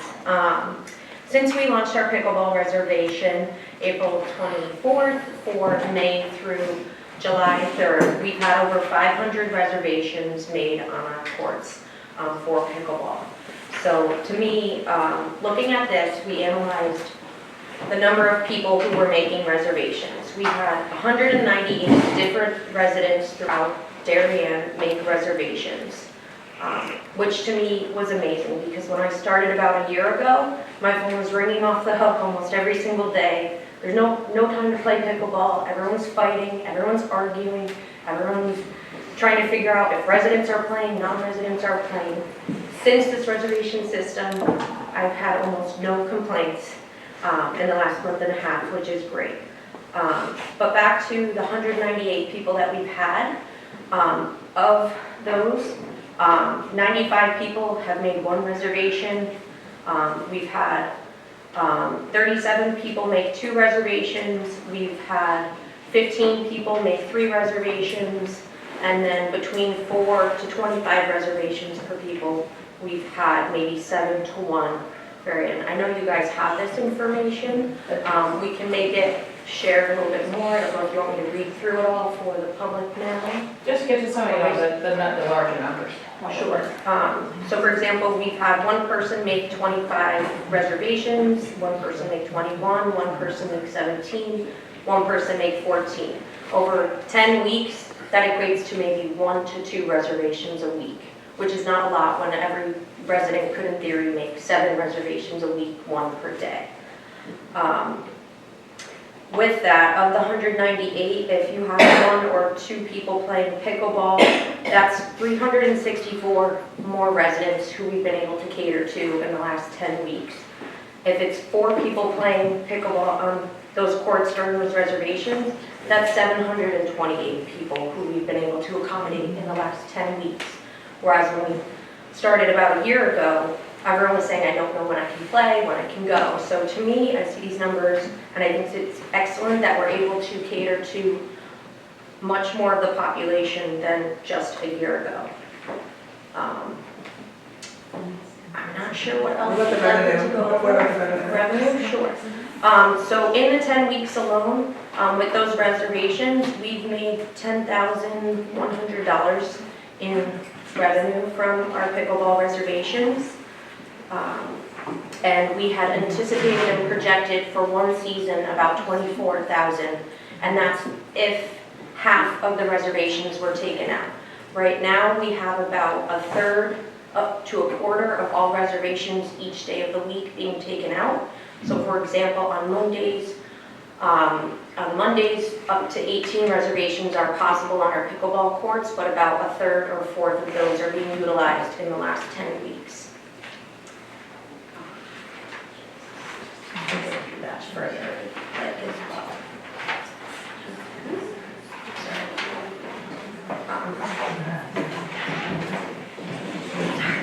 I don't know where to go next. Yeah, more questions? Huh? Yeah, more? Yeah, so some of our other information, we did take some information from our park monitor the last few weeks since June 9th to July 19th on court usage at Cherry Lawn. Noting between then and now on specific dates noted, we can share more publicly later. You guys have this information. The times that our park monitor stopped over there, we had through all of the dates, one person playing tennis, like one group playing tennis. We had about 6 people playing pickleball on the tennis courts, and then we had 35 people playing or waiting for pickleball throughout the last month or so for pickleball. And for our pickleball, I'd like to note that pickleball, you play 4 people on a court or 2 people on a court at a time. Currently, we have 4 dedicated courts. That's a max of 16 people at a time. The only time that time is exceeded is 6 p.m. on Thursdays when we have our league, which is up to 24 people after the busy hours of the park. We allow up to 16 people in our new beginner league that we just started at 2 p.m. on Saturdays. Again, another not so busy time of the season, and that's up to 16 people. The rest of the time, our reservations were introduced to really reduce the traffic flow over at Cherry Lawn.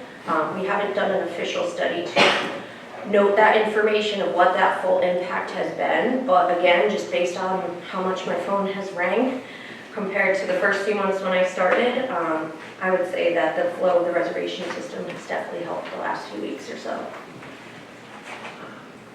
And then just some things we have noted here in the first few weeks alone. Our most popular day, it looks like for pickleball, is Wednesdays, Mondays, and Saturdays. Those are our 3 most popular days for reservations that we've had. And I think the other days of the week are the days where we have our open play, which is a time where anyone can drop in and play, and there's no fee assessed with that. What about pickleball lessons? Do you have stats on those? Yeah, so in the spring of this year, we accommodated 200 people with our pickleball lessons. Well, we had 59 people on the wait lists. And that's just within 11 different lesson groups. So beginner, intermediate, intermediate plus, beginner, advanced courses. And as summer's always less with programming across the board, but we had 121 people with 12 on waiting lists for the summer program. So what's the maximum number of people taking the lessons per session? The way it's built is it's 8, so 2 courts at a time, unless there's a few times where they're more popular with our intermediate players.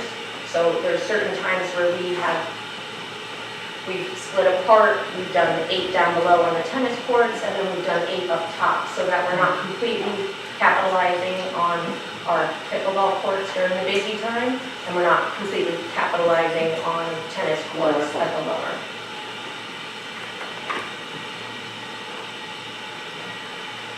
Other questions for Cassie? Cassie, did you look at the analysis anyway, or like, are there certain, I know you looked at the days of the week and kind of like times of day? You see there could be some variation, but there are certain times of day where the reservations tend to fill up and other times of days where no one seems to pick. Say like most sports, the polar parts of the day, the mornings are most popular. 3 o'clock in the afternoon is relatively popular, but we also put a lot of our open plays kind of between 3 and 6 p.m. to accommodate more people during that time. But for the reservations, it's honestly varied every single day. And it was really nice to pull this information and see that we were really accommodating people whose names I've never even heard of in town, which was something I thought was nice. So you didn't say there's a certain, I'm just making this up, but you didn't say that like 5 to 6:30 is just solidly booked, 7 days a week, or? I would say 5 o'clock on is probably the least, maybe 6 o'clock on is the least busiest. That's of course. I'm not down there every day like some other people, but from the reservation standpoint, I would say the evenings is the least. I would say the early mornings are the most popular, and then 10:30 and maybe the 1 o'clock slot. You're only getting 7:30. Isn't that because 6 PM is where the drop-in play starts though, so the registration system wouldn't be applicable during that time, right? Drop-in play is only on specific days of the week. Mhm. And if I recall, it's only 3 days of the week. So 4 out of the 3 days, there's still the ability for people to make reservations. But it's still During that time. slower. It is still a little bit slower, Okay. just based on the reservations, not on people actually showing up. Right. So people can take out a reservation, but if no one took out a reservation, they go online, they see the court is open, they can still go over and play.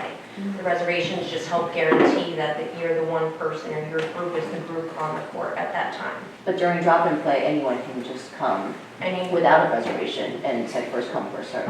Yes, And it residents, rotates. residents in It their rotates. houses. It's a rotating game. And remind us, reservations can be made up to an hour in advance. Yes. And remind me of the cancellation policy, so if you're going in the week before, up to when can you cancel that and get your money back? So we have it in our rules currently that it's 24 hours notice, generally for weather cancellations. We'll make every attempt to just move your slot. If for some reason you can't make it, it's actually a lot easier to just drag and drop versus cancel and rebook the court. Sorry, I forgot the first question you had asked. Yeah, I'm just trying to figure, so I make a reservation, and then for whatever reason, I go, oh, shoot, I can't go on Thursday. Can I go back into the system and cancel? As of right now, no. We have an email the Park Rec inbox email, and then we take care of it either with a phone call, hey, can we move your reservation to another date? Or if it's, I want to cancel because it's rain, we'll cancel those ones, or weather related. All right, so up to when can somebody call you and cancel the reservation? 24 hours. 24 hours in advance, okay, and are we getting a lot of cancellations other than for weather? We've had a few people make cancellations because they're booking for groups who could no longer play, but we've made sure to reinstate that the cancellations really are meant more for weather cancellations versus booking a court. We don't want people to book a court and hold it and then just release it. So we are monitoring and tracking every cancellation or request for cancellations or refunds that go through. So effectively, make sure people aren't blocking the courts. Yes. And that's why that 1 hour time slot is before, because someone has to cancel 24 hours in advance. Someone wants to go to the court in an hour and a half, they can see the court's open, they can still go on their phone and book it up until 61 minutes before the time that they want to play.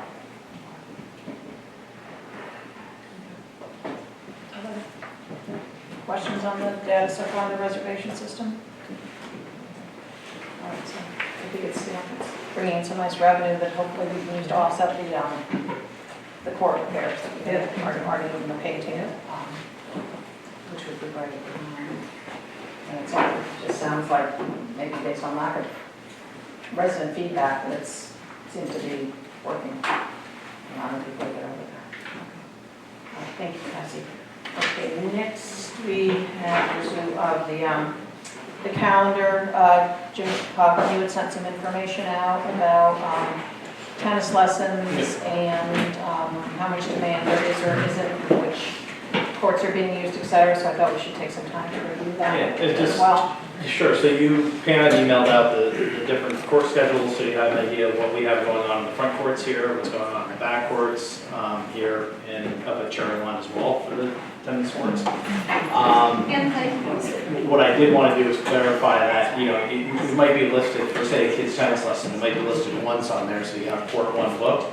In reality, we might have 18 kids sign up for a tennis lesson, so we're using all 3 courts.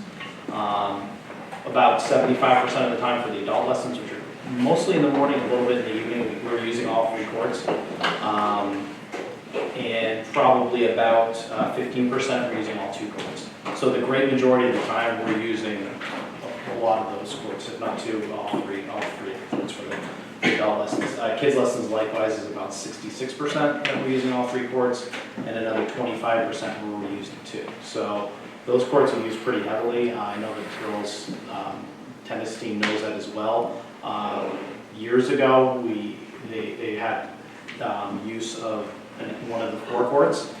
That isn't the case anymore. And I mentioned that also when I emailed you years ago. They used to have 5 courts. up at, for the boys, used to have 5 courts at Cherry Lawn, and now they have 3. So we've tried to, whenever we have tennis lessons that aren't using all 3 courts, we're very, we try to work with the girls' tennis team and give you the courts so you can use them whenever they're not available. But our increase, I mean, we had over 600 people in our tennis lessons this spring with over 100 on the wait list. So the demand is there for tennis. And you know, just kind of gives you a broad picture. We also use the high school tennis courts for our tennis camp in the summer. We have, between our adult lessons, our preschool lessons, and our tennis camps, about 500 people, 500 residents in our summer program, and our fall program is around 450. So we have a lot of people in town in our tennis lesson program. I think that's really all I'm going to touch with, Don, that you know when you got the calendar, even though it said there's 1 court booked, the great majority of the time we're using 3 courts, sometimes 2. Any other questions? All of our lessons take place right here on the 3 courts, the 3 courts there, and then up at the high school we use the 5 courts for our tennis camp. Is it fair to say that the tennis teams don't use the front courts at all? They will use whatever we have, we can give them. So if we are only If it's using 1 or 2 empty. courts, that we absolutely, they can use them, but it's more often than not that they can. I'm just curious, is there a particular reason that we use the front courts for lessons and the back courts for tennis? And just curious as to the history. I think that's pretty much how it's always been. I don't think there's any. It's better viewing for parents of the little kids on the front courts. And the caregivers, because they're little. And closer, yeah, there's, they tend to park right near the courts. But that's typically how it's been. The high schools use the back courts. But not all in particular reason. No. Other questions for Jim? Jim, I just have one question. This fall, will you be having a similar tennis lesson schedule? I know we've been revisiting, the schedule from March until August, but I'm just wondering what happens in the fall. It would be similar. So we would start our, we don't have lessons on Sundays. We actually are going to add some round robin play for tennis lessons on Sunday mornings. That's been demanded, not demanded, that's been asked by our tennis lesson participants. And it's usually our lessons are over around 1 or 2, about 2 o'clock to 3 o'clock on Saturdays. We start from about 9 till 3 on Saturdays in the fall, and then weekdays it's usually about 9 to 1:15. So the summertime is the only time that you have that chunk of time from 12:15 to 6? Yes. Where no lessons are being offered Monday through Saturday, and obviously nothing on Sunday. That's right. So that's the summer schedule. That's the summer. So the fall would be very similar to the spring. We wouldn't have adult lessons in the evenings because there's no daylight.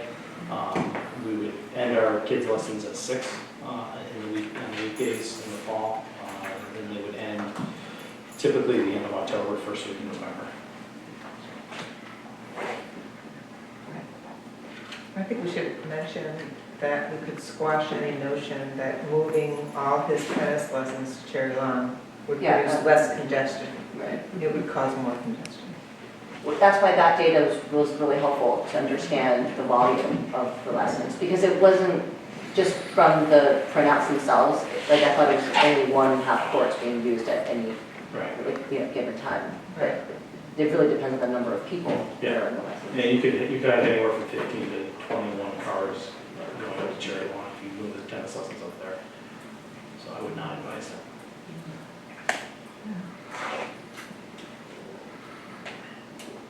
Other questions for Jim or Cassie? And then also, we've had discussion, with regard to congestion at Cherry Lawn, certainly, which is, it's something this commission's been discussing for literally years now. Is the ongoing congestion at Cherry Lawn, and I know Pam, that one of the things that the commission has hoped, over time, or sooner rather than later, you can find is, are there other, venues where some of the programming can be met? We frankly have limited parks, although we have a number of parks, Many of them are really nature preserves that aren't suitable for any kind of sports or activity. So we're really very limited in venues. That's really one of the challenges we have to support these. Highland Farm helps, but that has a lot of limitations on it, and that Pam is allowed to program there. That's not a property that this commission has any oversight of, but you are able to use that within the parameters. And in the office, we've discussed the flag football camp can move there, so could the Ninja program, if we really wanted to create less congestion. And I think that's worth a try to do that, to see whether we can, if that's visible. Is that something you can just do within programming? Like you don't Pickleball. Yeah. We wouldn't be voting on it. And one thing to remember is that this commission is really a policy board, and Pam's board is really operational, administrative, and needs to make decisions about scheduling. I mean, Highland Farm, one thing it doesn't offer, I don't think this has changed, is there's no restrooms. No, we have a portable. Now we have a portable, okay. So it's all screened. Okay, because that has been a challenge over time, that there was not even, bathroom there, so you got parents who are watching kids or whatever. And unlike this park or Cherry Lawn, where people can use a restroom. That's been a challenge, and, we've had a lot of discussions about having a porta potty in Highland Farm over the years. So there is some there, we do have that. And we haven't had any complaints. That's a good. So, is there more information that we need for General Cassie, or do we want to just move into our general discussion of what people are doing about all this information that we've absorbed over the last few months?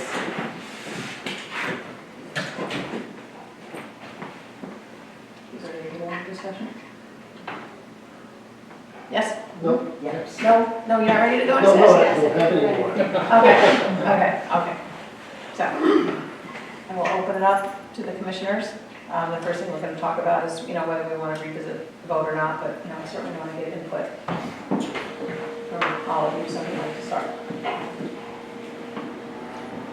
Well, I'm in favor of revisiting for a couple of reasons. I think that the vote that we made on May 17th, we didn't have all the facts. It would be nice to get some documentation on,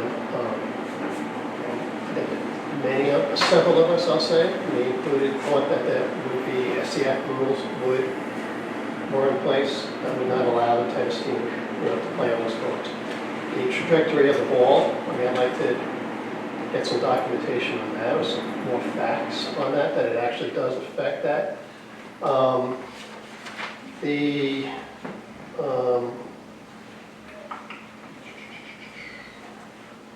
Those two things were more important to me. The other thing is, I do think it's important to put together a committee of both tennis players and pickleball players.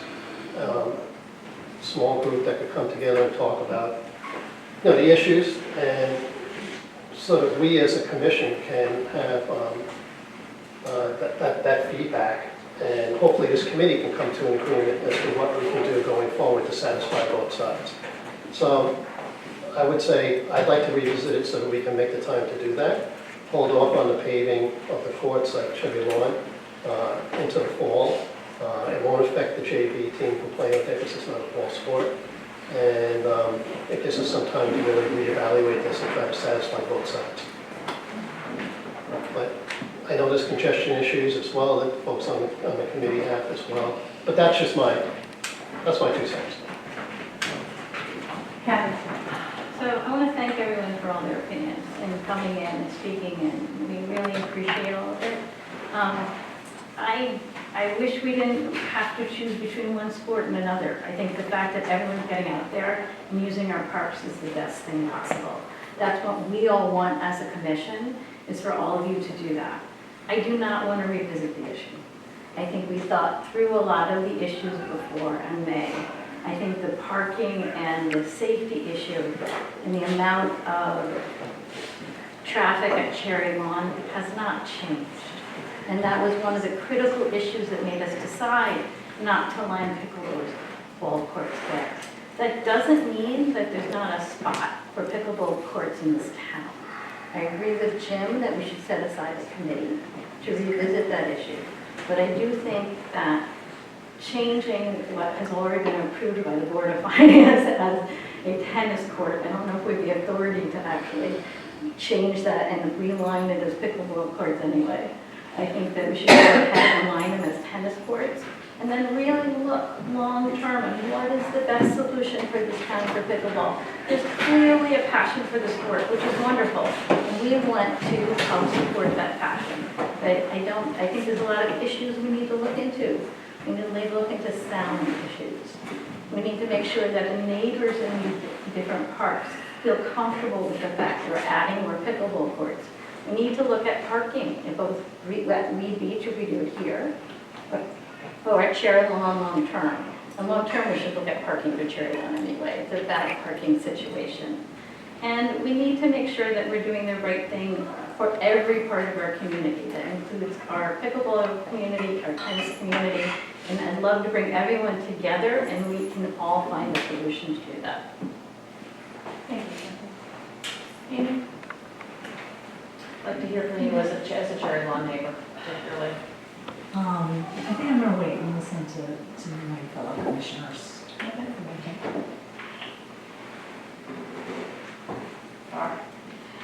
Putting everybody in this I spot agree. here.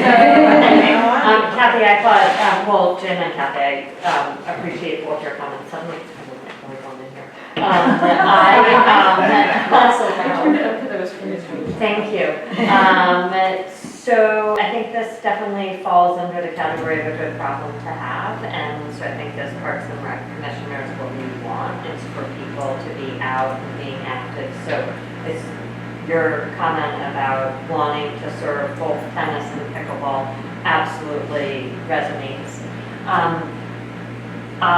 From where I sit now, I am not in favor of revisiting the decision for 3 reasons. Number one, the capital expenditure that was approved was for tennis, and I think Jack Davis and Jenny Schwartz's comments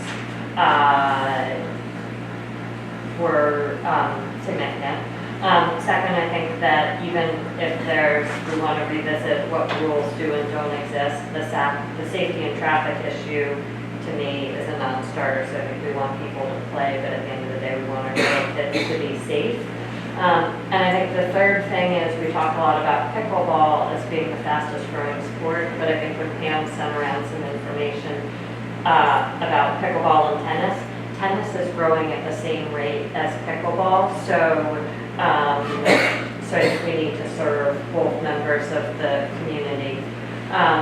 When I did a little research on what other towns have for dedicated pickleball sports, right, pickleball courts, it looks like we've got roughly on a per capita basis the same number of dedicated pickleball courts as our peer towns. So that says we're not completely underserving this community, but I absolutely support finding a long-term home for pickleball that meets the need.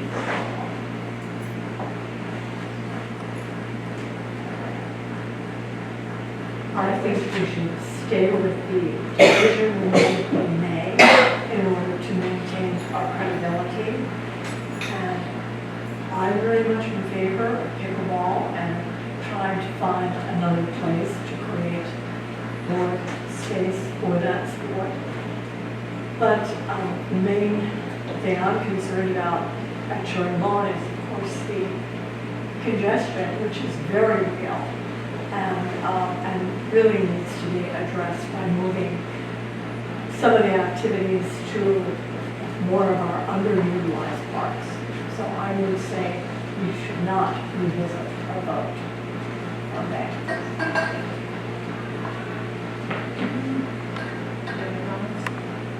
Sure. Thank you very much for spending the time with us tonight. This was one of our longer meetings, and I wanted you to know that I really listened to everything you said, and it's very heartfelt, and I really appreciate it. I struggle with this decision a lot because I think, on the one hand, I really want to see our facilities used, as well as possible, and people out there enjoying, but at the same time, as a commissioner, one of the things that really is important to me is safety. And I feel like we, at Cherry Lawn, it's hard, we haven't been able to make that 100% safe because we've already talked as a commission about, another egress from that space, parking, there's all these issues that are there, and I'd like us as commission to commit to having a traffic study done so that we do have that documentation. And with that traffic study, I hope that we can revisit the way that park is being used and the way it's laid out, the roads. I don't think it's very useful now, the way it is. So I'd like to see that. So as a commissioner right now, I would like to stay with the decision that we've made for Cherry Lawn.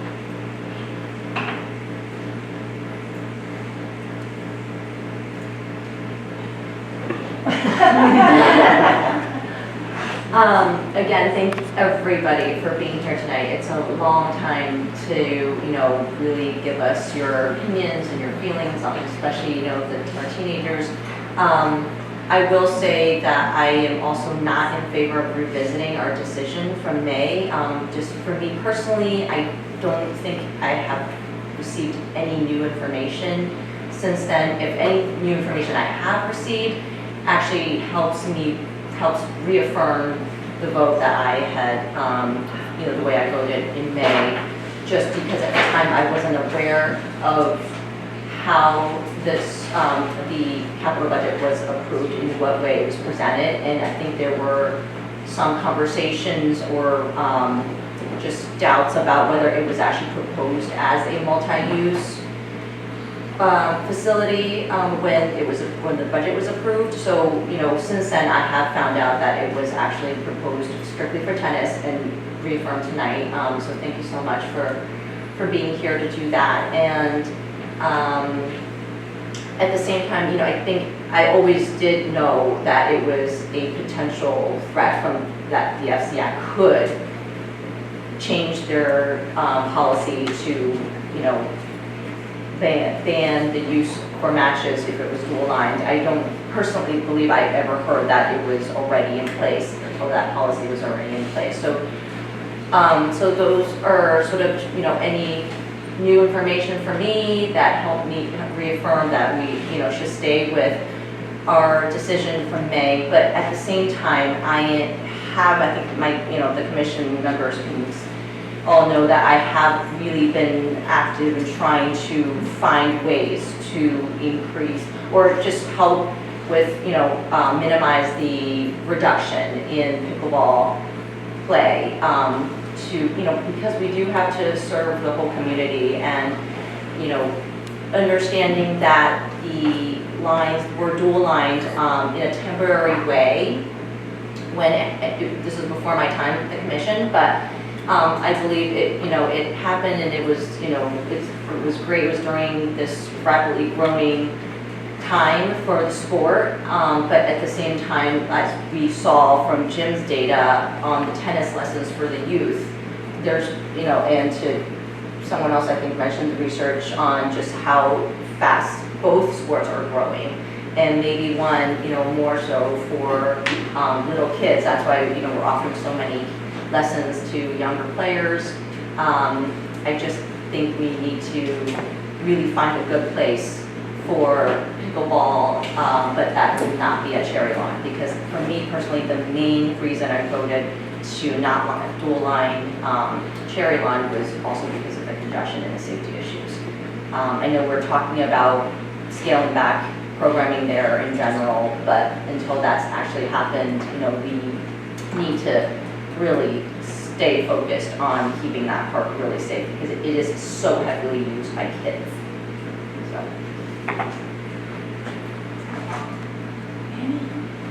Oh, okay.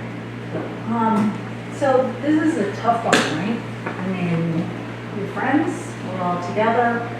I like pickleball, I like tennis. This is just very tough. You asked me as a neighbor how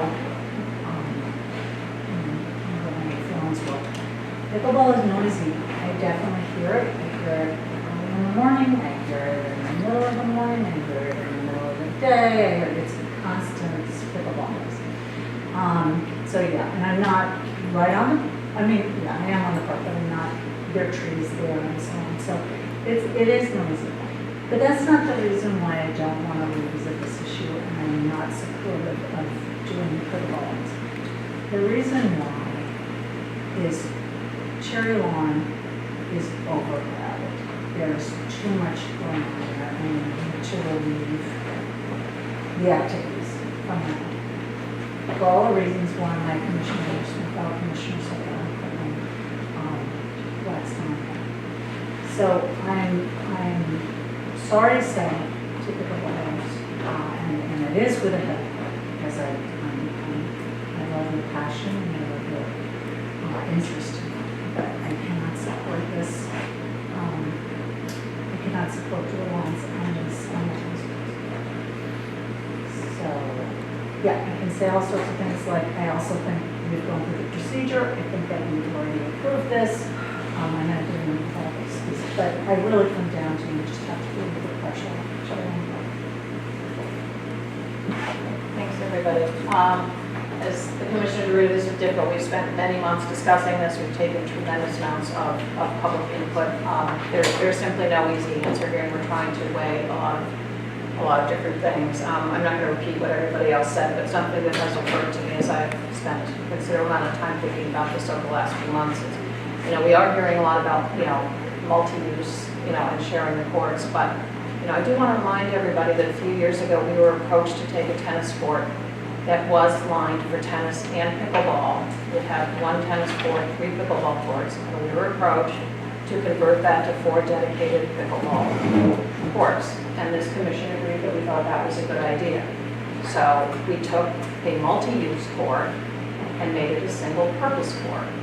But now we're getting the argument that we should split them. So one could argue that we should take that dedicated pickleball court and turn it back to multi-use. So effectively, we had 4 tennis courts at Cherry Lawn, 3 pickleball courts, and we flipped that, and we made it 4 dedicated pickleball and 3 tennis. So, I just don't want that fact pattern to be lost.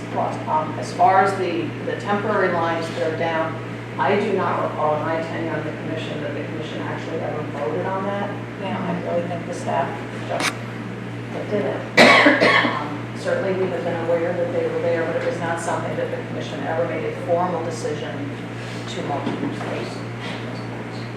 So I did want to remind those.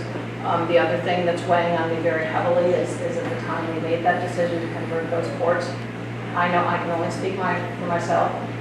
I was not aware that pickleball creates this nuance. I just wasn't. I like pickleball, I started taking it. Steve's crew was great lessons, it's a wonderful sport, but we have now been made aware of, as a commission, that the noise is a concern. I've Googled the articles, it's come up in New York, it's come up in Denver, it's come up in LA, it's coming up in Florida, and now I feel we are compelled as a commission to realize that there is a noise issue that is bothersome to neighbors, and really be thinking about that and making sure that we remediate, or thinking about it going forward, and really think about how we remediate the noise at Cherry Lawn, because Amy's texted me at 6:10 in the morning, and she said, I'm already hearing the pickleball. We set a rule, 7:30 and on, it's not being honored, and that kind of bothers me, I have to be honest. We ask people to be respectful of the neighbors, and that hasn't happened yet. I know people like to get out there early, family members who would like to get out there early, but that was the rule that we set. So I think we really have to address the noise and really get a handle on that before we simply get this is not something that's unique to Darien. There's article after article, that article is just apparently the very unique. Those are some of the additional things that I wanted to come away in my mind. So with that, as I laid out the agenda, we have our answer to, if you make it official, is whether the commission wants to revisit the vote. So I guess the motion would be whether you want to say this in the affirmative, whether the commission affirms the vote made at our May meeting regarding finishing the Cherry Lawn tennis courts as approved for tennis on. Favorable would be, say, okay. People comfortable with the motion worded that way? Is it okay? Okay. All in favor? Okay. Opposed? That's it. Okay, thank you, everybody. I know it's been long. A lot of other projects going on. Okay, so then we do not need number 8. But if you would like to, we can have further discussion on the beach, or you may all feel that you got the information that you need for Let's get 1 minute further, actually 1 minute further,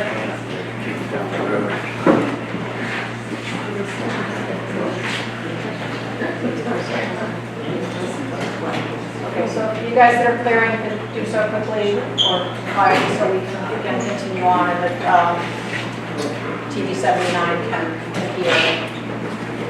hear us.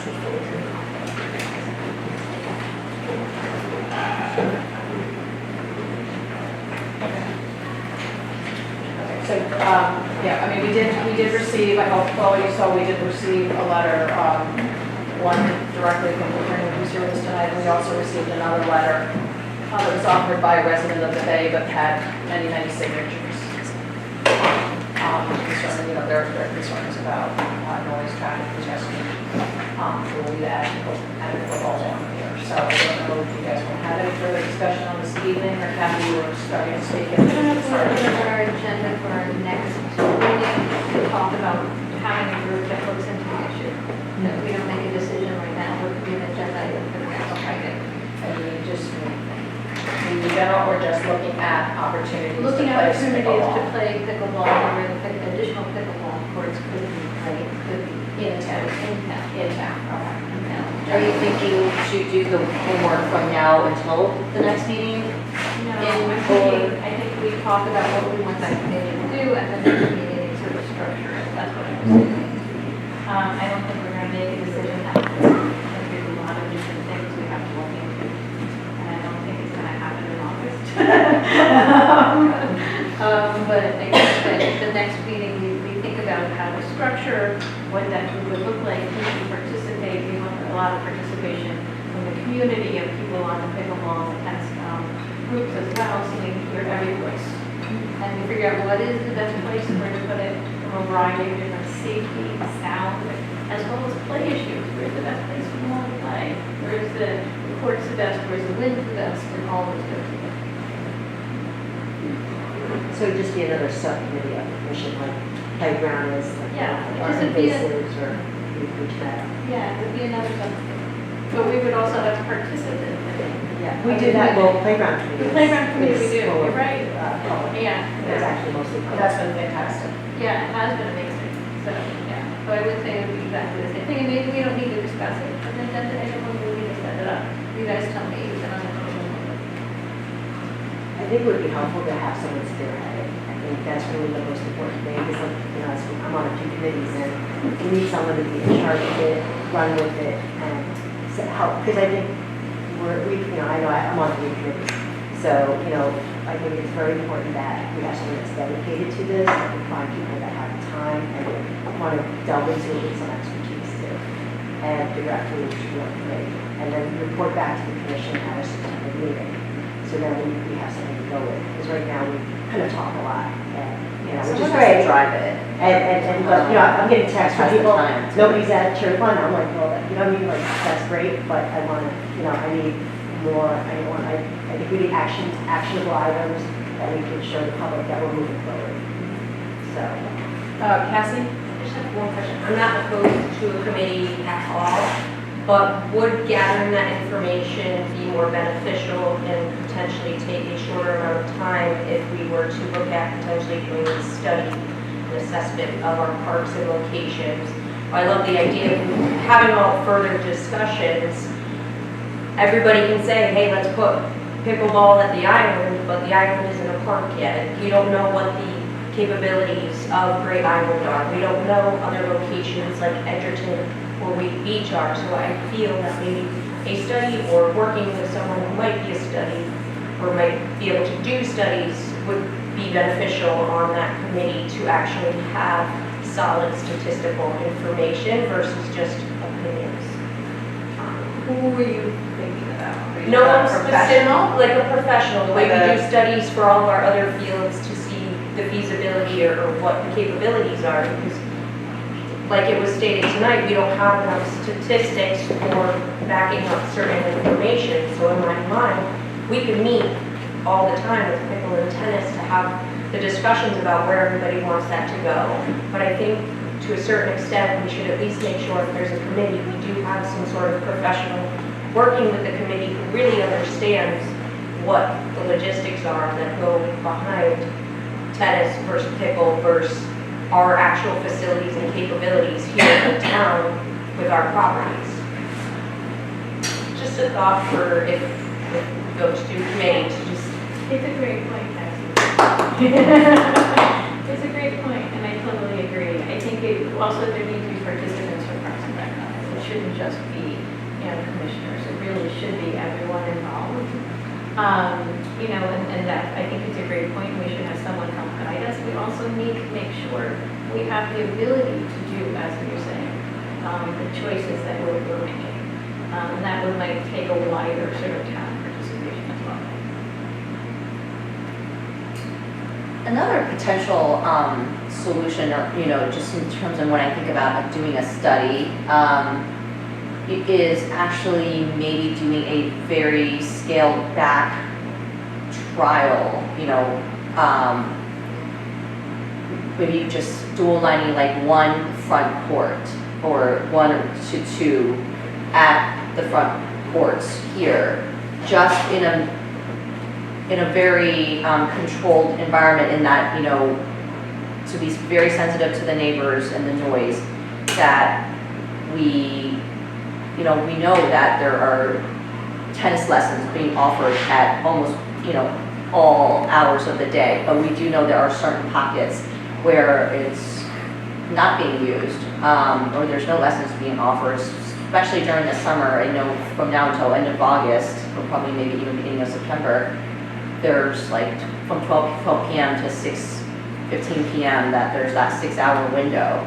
And maybe we could have the registration system, allow for pickleball there if those courts are lined, and use that as a real life study for, say, 3 months. We come back, we invite everyone back after 3 months, and invite all the impacted groups, tennis players, neighbors, to really give us the feedback of, what are you hearing within, those hours, and in terms of potentially increased traffic or noise pollution.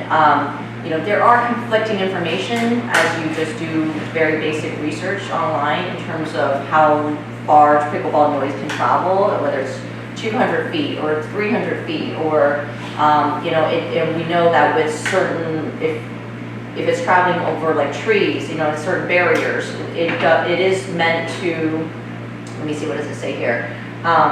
The sound's intensity decreases due to the dispersion of sound waves over distance. So, but what does that mean? This is all very hypothetical. So I feel like maybe a real life study for a very controlled amount of time, with the time limit, intraday, but also for, just like 3 months, can give us a better idea, and have the staff, like Parks and Rec staff, let us know how it's working out operationally from the registration standpoint.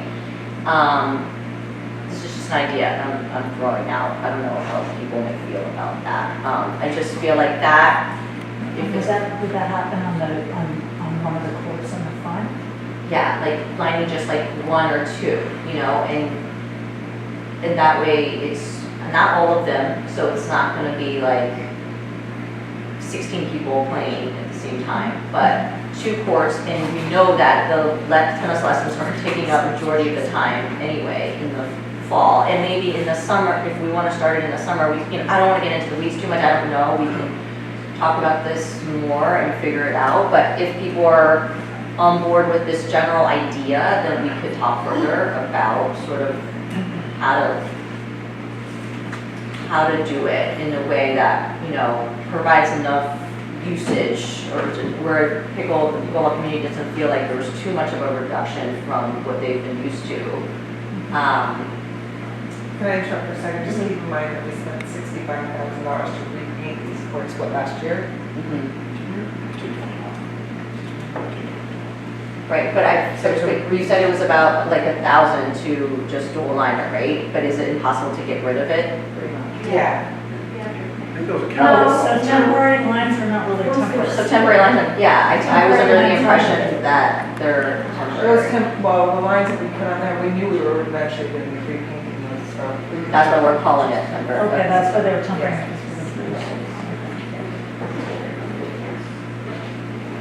So I thought that we had talked about as a commission, sort of, it's not, you know, it's like $1,000 to just kind of. Well, it's the line work. That's the removal, that's. Right, if you decide to turn around after that, the courts aren't really as Christina did today, to take away the lines. Little compromise. You're compromising for us, but we're just not looking.